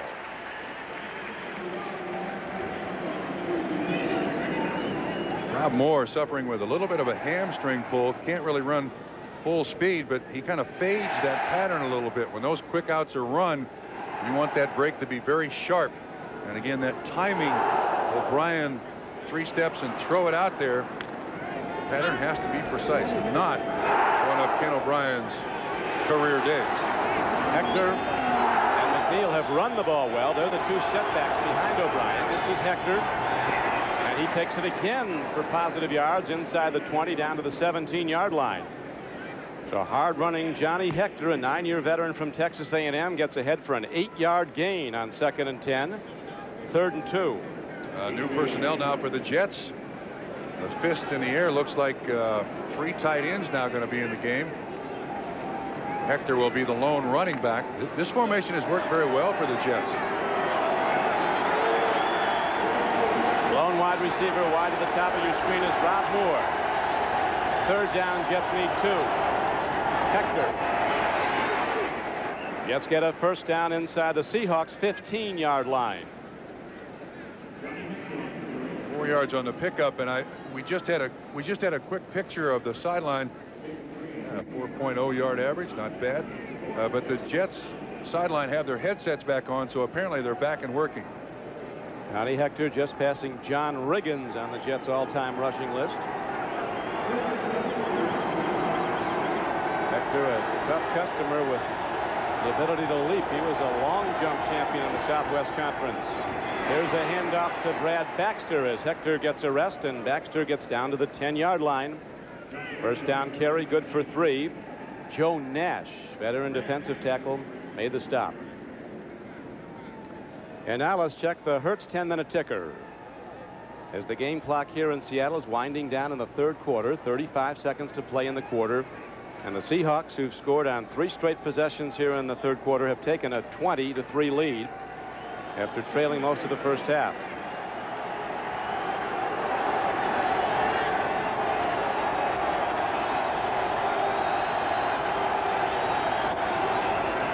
Freeman McNeil as markers go down.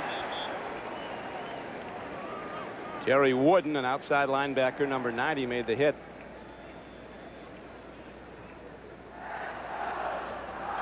Ball start. Right guard. Offense before the snap.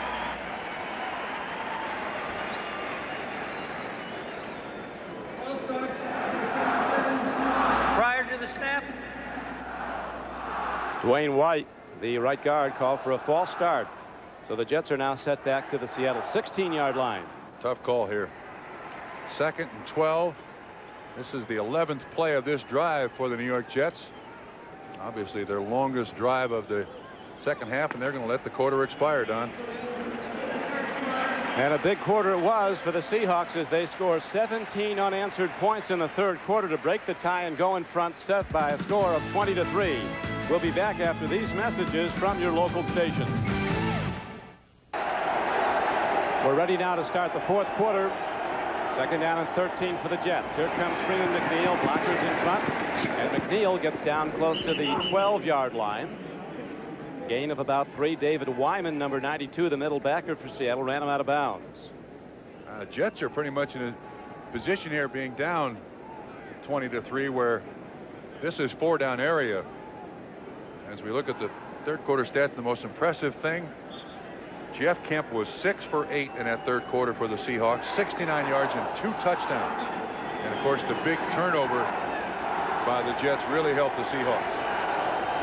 Game turned quickly, and really a fumbled kickoff return sent the Seahawks on their way as O'Brien throws on the run, and its receiver, tight end, loses it. Chris Dressel, the intended receiver. David Wyman there to hit him. Now let's go back to NFL Live for another update. Here's Bob Costas. Bob? Don, Steve Young will drop back at Candlestick Park. He's got time, and he's got the man, Jerry Rice. You know he's gone after making the reception, 70 yards. 2nd touchdown of the day, his 3rd of the Young season. And the Niners at home in a battle of 0-1 teams, leading the Chargers 24-14. Back to Seattle,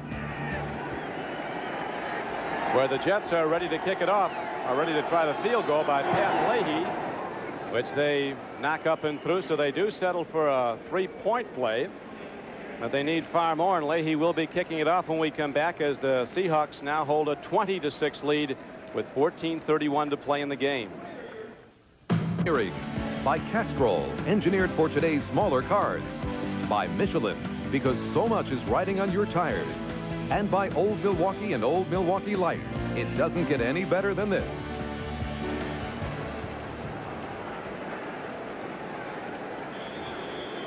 Dave Craig, who's out for up to 8 weeks with a fractured thumb, in the press box, as his backup Jeff Kemp has done an admirable job. Chris Warren fumbles the kickoff return in the end zone. He downs the ball for a touchback. And the Seahawks, in command of the game by a 20-6 score, will go on offense 1st and 10 at their 20-yard line. I'll tell you what, this week in Seattle, Jeff Kemp got very little good press, and he has performed very, very well in a game where the running game has not worked particularly well, and Jeff Kemp has had to throw the ball. He has certainly responded. I'm sure above and beyond Chuck Knox's expectations. He's been, well, he was just about perfect in the 3rd quarter, and he's got to continue to lead the way because, as mentioned, Craig's injury is up to 2 months. Another throw downfield. It's up for grabs. Stargell wrestles for the ball. So does the receiver. And it looks like Brian Blaze was the guy who came down with it. A 19-yard gain. Oh, he went up after that one. This Brian Blaze is an extraordinary player. Last week, at his best game as a pro, was named interim captain while Dave Craig is gone. They both catch it. It goes to the receiver. Blades talked the rest of the receivers on the Seahawks staying out late every day after practice, throwing the ball, catching it with Jeff Kemp. It certainly worked. Knox says that Blades practices just like he plays. He catches everything on the practice field, does it in the game. And now the Seahawks go 1st and 10 from their 39-yard line. Eric Fenner runs and gets it out to the 41. Blades with 1 glove on and 1 glove off. Yeah, I noticed that, and I asked him the other day when we were talking to him, why the 1 glove? And he said, well, it's just something I started this week. He says, I give it away as we come out on the field to some youngster. I write on it, God bless Brian Blades. And he says, I'm on my 6th glove. Just a little piece of memorabilia for some fan in the stands. There it is. See, he's got number 6 on there. He even keeps track of them. 50 years from now, that'll sell for $50,000. Easily. Mickey Mantle's jersey went for $72. Expect Mickey to be in it. Oh, look at this throw to John L. Williams. Screenplay, and he is a load, Big John, when he gets the open lane, and he takes it inside the Jet 45-yard line to the 43. Well, with the number of plays the Jets had to be on the field in the 3rd quarter after that 16-yard game, pretty much got this Jet defense worn out a little bit here. Throwback screen. Look at the protection. Frankly, I'm surprised he didn't get more yardage than this. 66 Heck out in front. Hasty is able to get around there and assist along with Kyle Clifton on the stop, but nice pickup. Seahawks now firmly in control of this football game, Don. They erupted in a span of less than 3.5 minutes in the 3rd quarter, breaking open a 3-3 game. They took a 20-3 lead. Now it's 20-6 for Seattle as Fenner fights for yards on 1st down. And the ground chuck offense that Knox is such a proponent of kicks in just to run the clock with a substantial lead. As we take another look at the scoreboard on the ITT 10-minute ticker. 49ers have come from behind against San Diego. Could be a coaching change there. The offensive coordinator, Ted Tollner, went last Monday. Dan Henning under the gun. That's a shame, too, because that's a talented football team, San Diego. Working with a new quarterback, John Freeze. Yeah, they got a lot of personnel. Here's an out ball is caught, but Brian Washington is right there. They get the receiver, Travis McNeil, who caught his 1st touchdown pass ever in the NFL earlier today. About the only thing the Seahawks have to be from here on out is just careful. Jeff Kemp can't be careless. Take the receiver when he's there. If not, throw it out of bounds. Bird is right in his face. He's taking a chance here.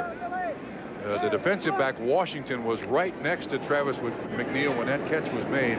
Just don't give the Jets the cheap turnover.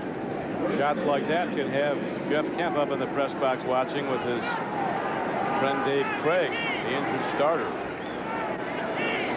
Shoulders go on those. Shotgun snap. Kemp fires. He's picked off.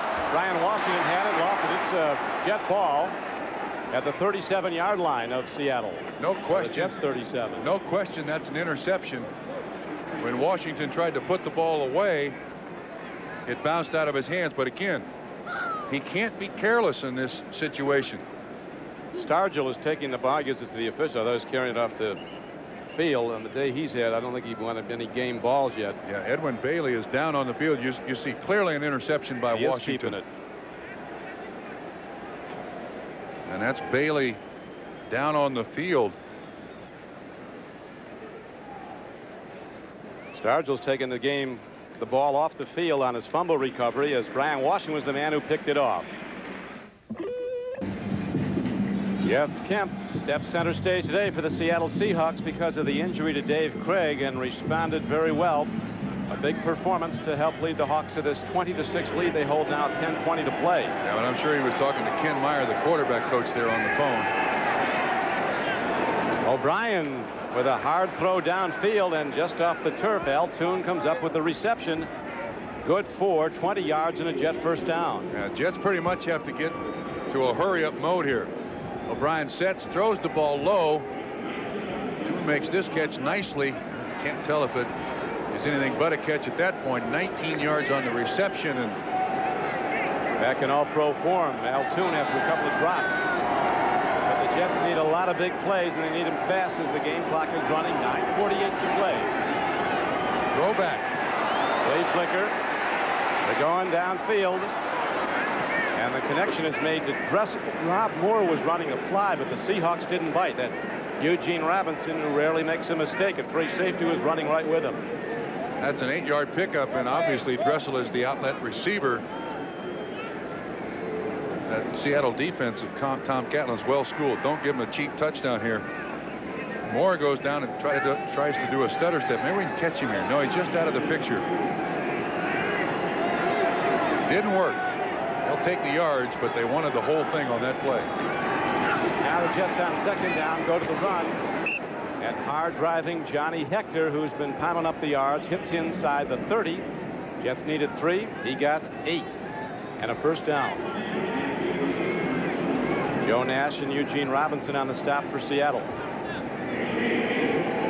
Hector has run the ball just 7 times and has gained 48 yards.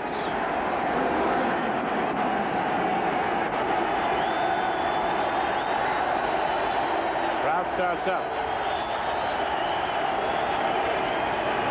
O'Brien back to Hector, and a penalty marker comes in. Interesting choice here. Holding Jets trailing 20-6. Obviously they're trying to set up something with the play action. But with 8:26 left, Bruce has got his list of plays there. Number 66. Offense, still first down.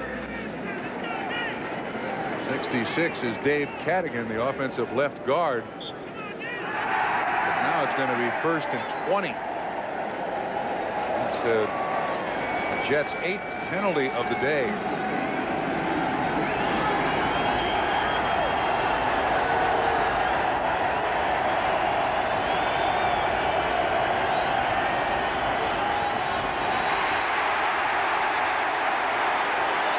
Cortez Kennedy, another sack. You know, there's a new rule in the NFL that if one guy grabs a hold of the quarterback, they're not going to call that in the grasp. Maybe for big, tough guys like Cortez Kennedy, the rules are different. I mean, Haggerty says there's no way he's getting away from this guy. That's a sack. Dave Cadigan couldn't hold him out. Nobody else has been able this season either. Well, for as big as Kennedy is, he is very nimble. Again, he ran around Cadigan.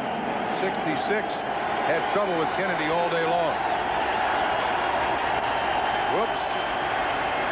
Criswell breaks out of the stance. Another flag against the Jets. It's going to be second in a fortnight here. So now the Jets come a cropper, and it doesn't get any easier. They have to go home to play the Bills next Sunday. Ball start, number 96. And Buffalo has scored 87 points in winning its first 2 games.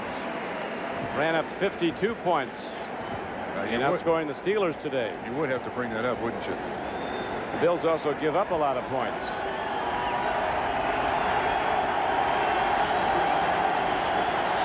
Second and 29. O'Brien throws, makes a connection, but way short of a first down. Al Toon comes down with the ball. Another marker down in the Jet backfield. Holding Jets. Well, this is a drive that trailing 20-6, 7:32 to go in the game. They just as soon forget. This game turned on one play after the Seahawks kicked a field goal in the third quarter to go up 6-3. The ensuing kickoff was taken by Don Boyd Odegaard. Holding 69 offense. Odegaard was stuck hard, lost the ball. The Seahawks were quickly in the end zone with a touchdown. Then they kicked off again, stopped the Jets. A punt was returned 20 yards by Chris Warren. Soon after they were in again. 3 possessions, 3 scores in the third quarter. And in the space of 3.5 minutes, this game went from a tie ball game to a game dominated by Seattle. Second and 42.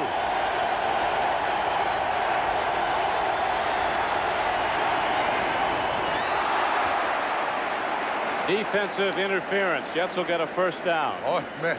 On second and 42, they're going to have a first down. James Jefferson on the hold. Unbelievable.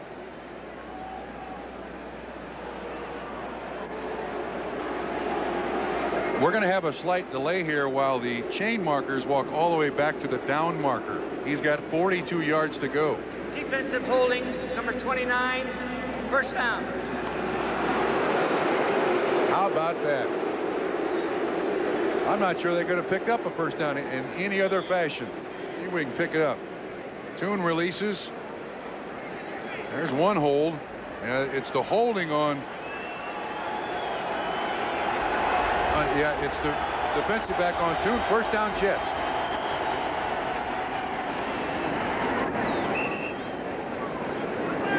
Despite the score, 20-6 Seattle, Jets are going to keep the Seahawks defense honest as they run the ball right at them.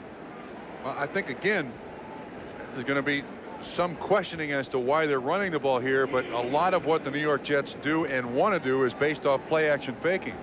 And they have to hold those linebackers at the line of scrimmage to get any space for the receivers to work.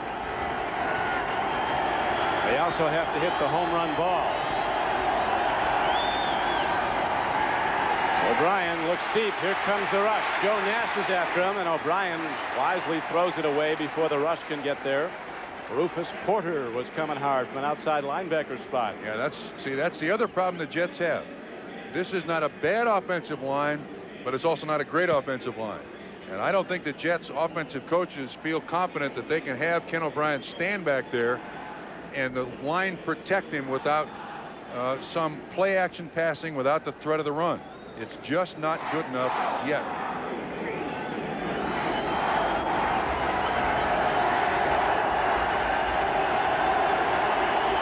Third and 3 for the Jets. O'Brien out. He's picked up. There goes Dwayne Harper. O'Brien's got the last shot at him and knocks him out of bounds.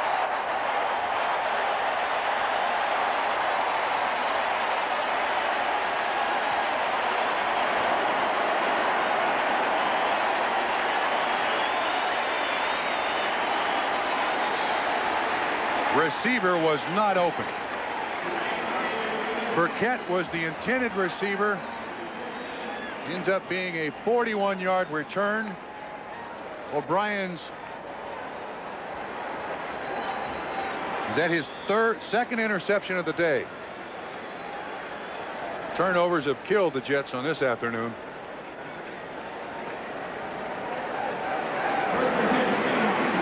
That fumbled kickoff was the knockout punch that Seattle put on.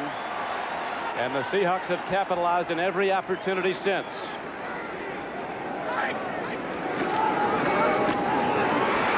John L. Williams takes it inside the 5-yard line.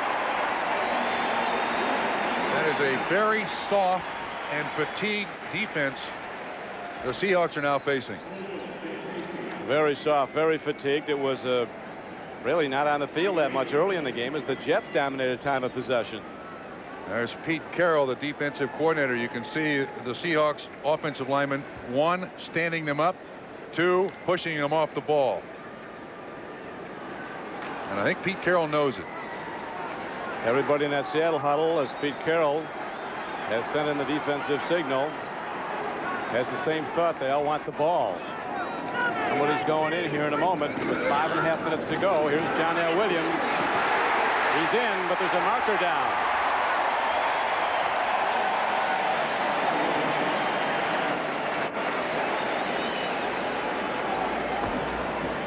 Holding Seahawks.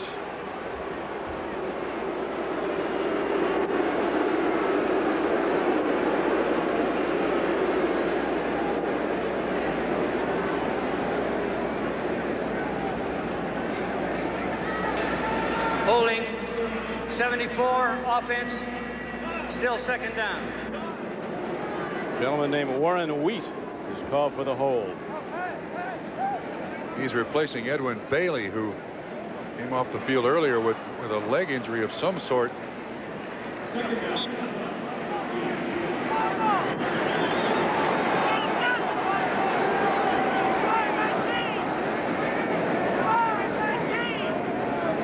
Throw it here, even with the formation. Yep, there you go. Williams on the draw play takes it inside the 15-yard line and down to the 13. Yeah, Chuck Knox has certainly been around the league a long time, and so is John Becker, the offensive coordinator for the Seahawks.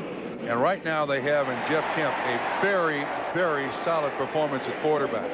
And even with 3rd down and 10 or 11, whatever you want to call it, I don't know if I'd take a chance of having Kemp throw an interception so late in the game. I mean, this kid's confidence is brimming right now.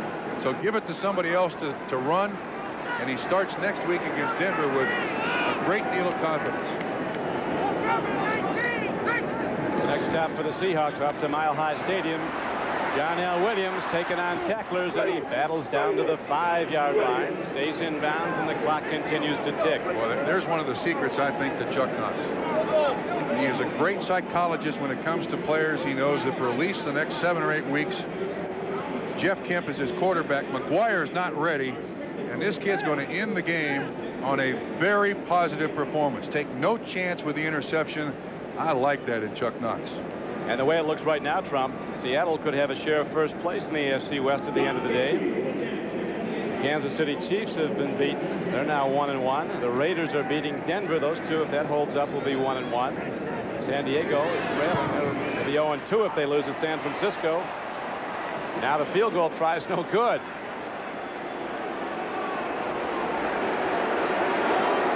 So the Jets will take it over when we come back.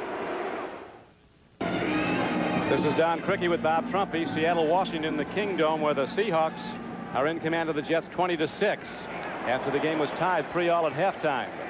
3:57 to play. Jets taking over on a missed field goal by Seattle, and now O'Brien throwing on first down, misses. There's Kemp on the sideline, the holder for Casey, the kicker. The kick was missed, and that last pass by O'Brien was tipped again at the line of scrimmage. I think that's 4 now that he's had tipped at the line of scrimmage. Big 6'4". Throwing a catch. Rob Moore is out to the 30-yard line. Might have a first down for the Jets. Hurry up offense here. You know, Ken O'Brien is tall, but he doesn't throw big. He kind of hunches down when he throws that thing. So he's not really a big thrower, even though he's tall.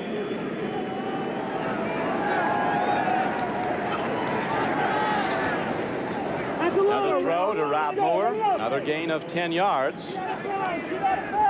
That'll give that play up all day long, leading by 14 with 3:23 to play, and the ball on the Jets side of the field. There's nothing deep for the Jets. Seattle in a too deep zone. Yep, they're not playing a prevent mode. Don't let anybody get behind you. There's the long ball. O'Brien's arm is as good as it was when he came up out of Cale Davis, part of that quarterback class of '83.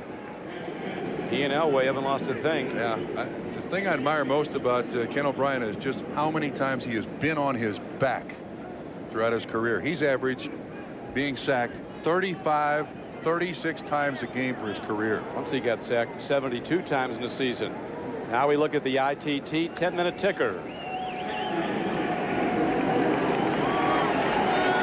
San Francisco pulling away on the Chargers. Raiders continue to lead the Denver Broncos. Statue of Liberty play here to McNeil. Raymond McNeil gets out of bounds inside the 40-yard line of Seattle. Gain of over 20 yards on the play. 20-yard gain, and it's a first down. Very interesting play by the New York Jets. The Seahawks have their prevent defense in, and they've got 7 defensive backs. And watch what happens. O'Brien reaches forward to hand this ball to O'Neal. O'Neal looks like he's going to be a pass protector. They've already blocked the defensive back on him. Missed tackle there. SB Glasgow can't get him. 20-yard pickup. Drive stays alive.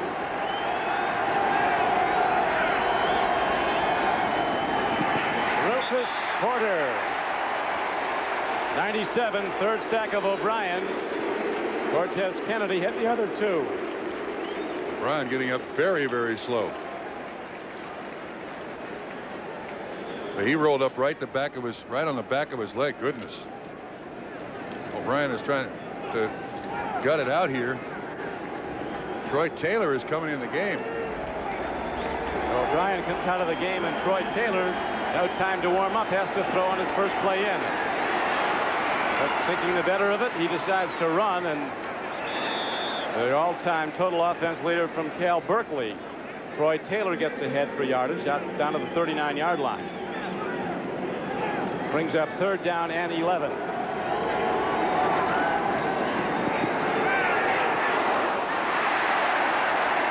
Cortez Kennedy again, 5th time that the ball has been tipped at the line of scrimmage. His 2nd. I wonder if he plays tennis, he'd be tough at the net. Excellent point. He's not tall, 6'1", part of that tremendous program at Miami of Florida. Cortez Kennedy, he was the 3rd player picked in the draft last year. Jeff George went 1 to the Colts. Blair Thomas went 2 to the Jets, and then Cortez Kennedy to Seattle. Taylor having trouble with his shoulder pads here, along with the scoreboard. Jets having trouble with Taylor, as everybody's gonna. This guy is a dominator. There's a throw, another pickoff by Dwayne Harper. He has 2.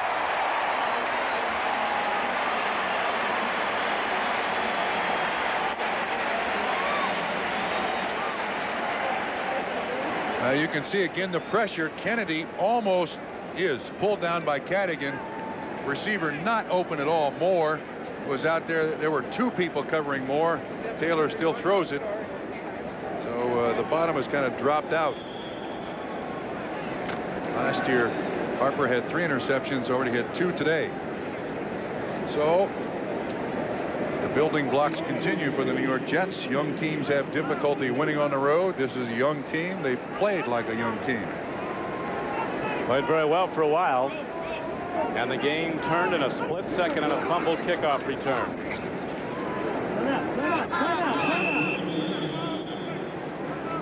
John L. Williams works ahead, doesn't get much, didn't expect to, as the game clock will tick down now. 2:06 to play.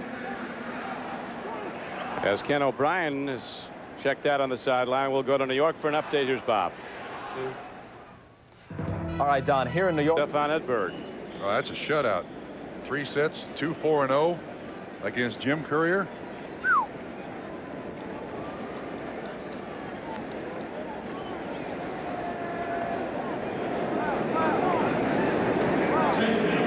Jeff Kemp having a big day, called on to start for injured Dave Craig.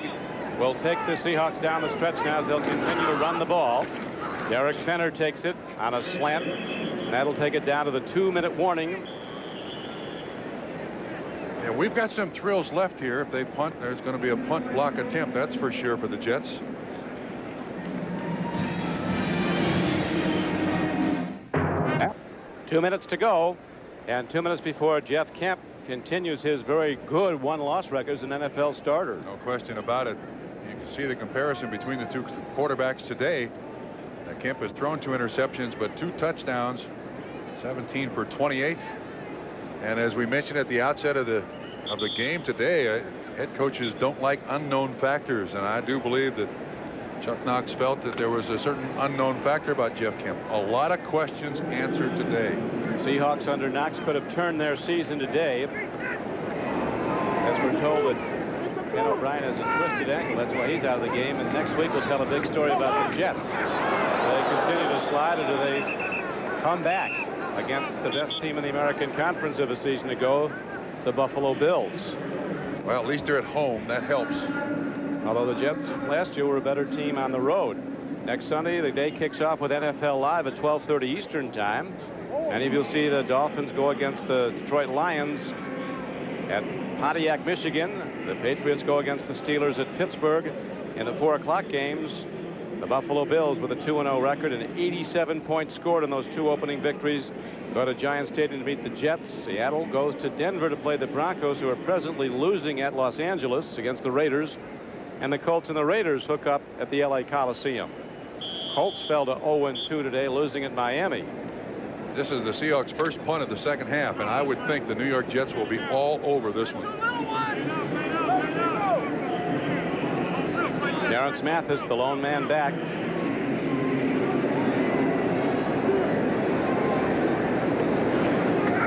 Big rush. Donnelly steps in and hits it high. Mathis will fair catch the ball at his 42-yard line. And there the Jets take over, trying once more to get something in the end zone. Best they can do today is put up 2 field goals by Pat Leahy. Taylor comes back in the ballgame. Apparently the ankle sprain by Ken O'Brien is severe enough that they don't want to take any more chances with him.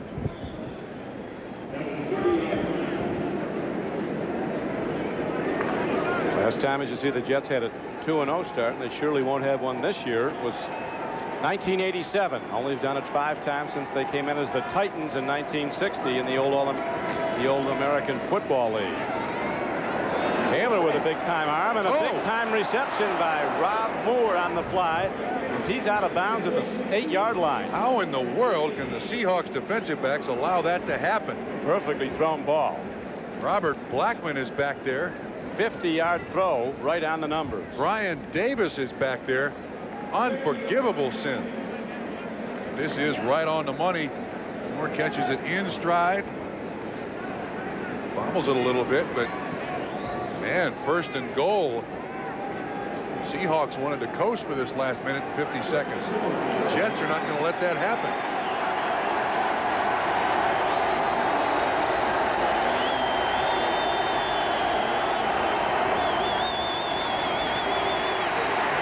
Taylor on the run. Throws. Toon comes down with it. Let's see the signal ruled not inbounds. Nice catch by Al Toon. He really was not open, but at 6'4", 6'4.5", Taylor puts it up there and Toon goes after it. Eugene Robinson 41, 25, Robert Blackman there. Watch at the end line. The Jets, with a touchdown, if they get it, an extra point, would be back to within 7 and ready to try an onside kick. Yeah, no question. His second foot came down out of bounds.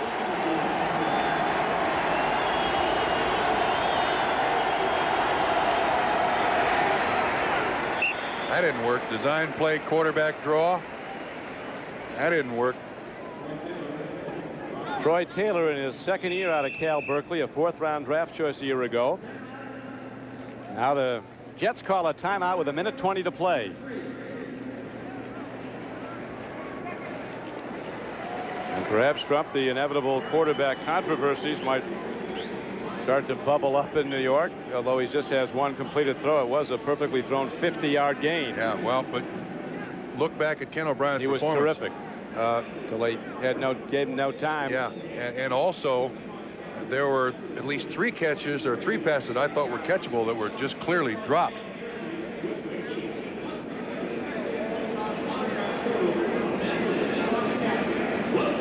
Now let's take a look at today's Canon camcorder replay of the game. This was a perfectly executed touchdown pass by Jeff Kemp. It goes to Travis McNeil. No, I got the wrong guy. This goes to Tommy Kane. 1st foot down, 2nd foot down. Well executed. That was the Seahawks' 17th point in 3 minutes and 17 seconds of the third quarter that put the game totally out of touch. He was in that same corner of the end zone in the third quarter that Travis McNeil also caught his. Taylor throws. Al Toon has the ball and it's signaled touchdown. Rob Moore has the ball, signaled touchdown. I think that's Troy Taylor's first NFL touchdown pass, isn't it? Certainly check that. He's come in now.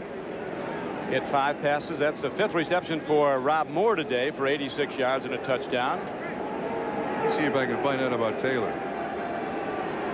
Oh, he threw a touchdown against Indianapolis last year, so his second. 1:14 to play. And the Jets have time for an onside kick. Here's the replay. And 1:14 to go. This play is being reviewed. Let's see what we can get from another look here from the end zone. Pass is low. I frankly don't think you can change the call because of that picture. I think the play is going to stand. See if there's any difference here. Once the play is called on the field, the replay, no chance there to change it. The replay must have incontrovertible. You understand that? Look it up in the dictionary. Play stands as ruled. Touchdown. Incontrovertible evidence to overturn the play. So Rob Moore, All-American at Syracuse, gets a 6-yard touchdown reception. And the Jets have their first touchdown of the day. Only their second of the season.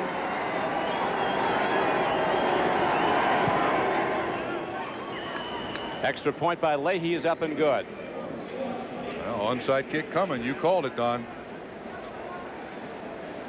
Anything can happen on this onside kick, too. You never can tell.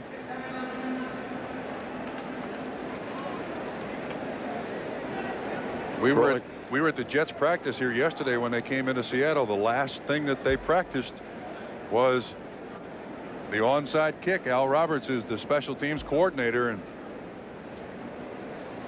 one thing you got to make sure is Al Roberts right there. Chuck Knox knows what's coming. He'll put his hands team out there. Those are the 11 guys he thinks were the best hands on the team. Leahy's good at this too. A former All-American soccer player at St. Louis University, now in his 18th year with the Jets. And they like to do it on this artificial turf. You get a truer bounce as they hit the ball to an angle to a side. And really, they try to get a fleet man coming down and take the ball in like the second hop. Right. Key here is the ball has got to hit the ground. If you kick it up in the air, Seattle can fair catch the thing. So the ball has got to hit the ground. Leahy looks both ways, doesn't want to give away which way the kick is going.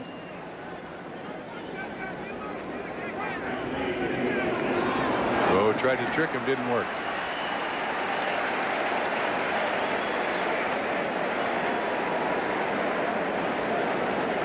Might have tricked the Jets.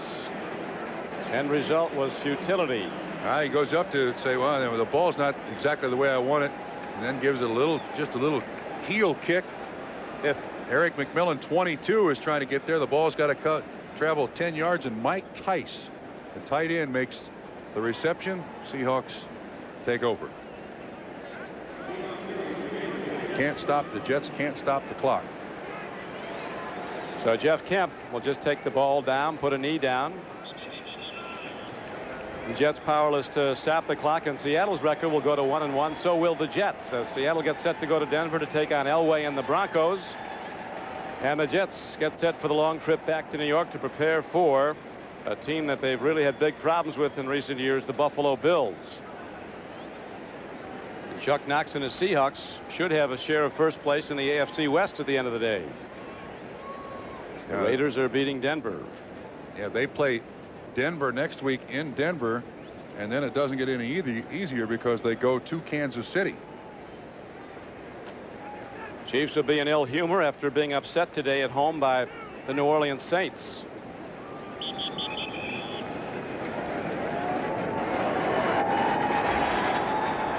So that will do it. Coach Knox saw his team struggle throughout the first half, unable to put up any points, and finally on the final play of the half, A field goal tied at 3-all, and then with Jeff Kemp pulling the trigger and some terrific special teams play by the Seahawks capitalized on every opportunity, and the Jets presented them with many in the second half. So Kemp, a winning pitcher in his first start for injured Dave Craig, and the Seahawks a 20-6 winner. 20-13 winner.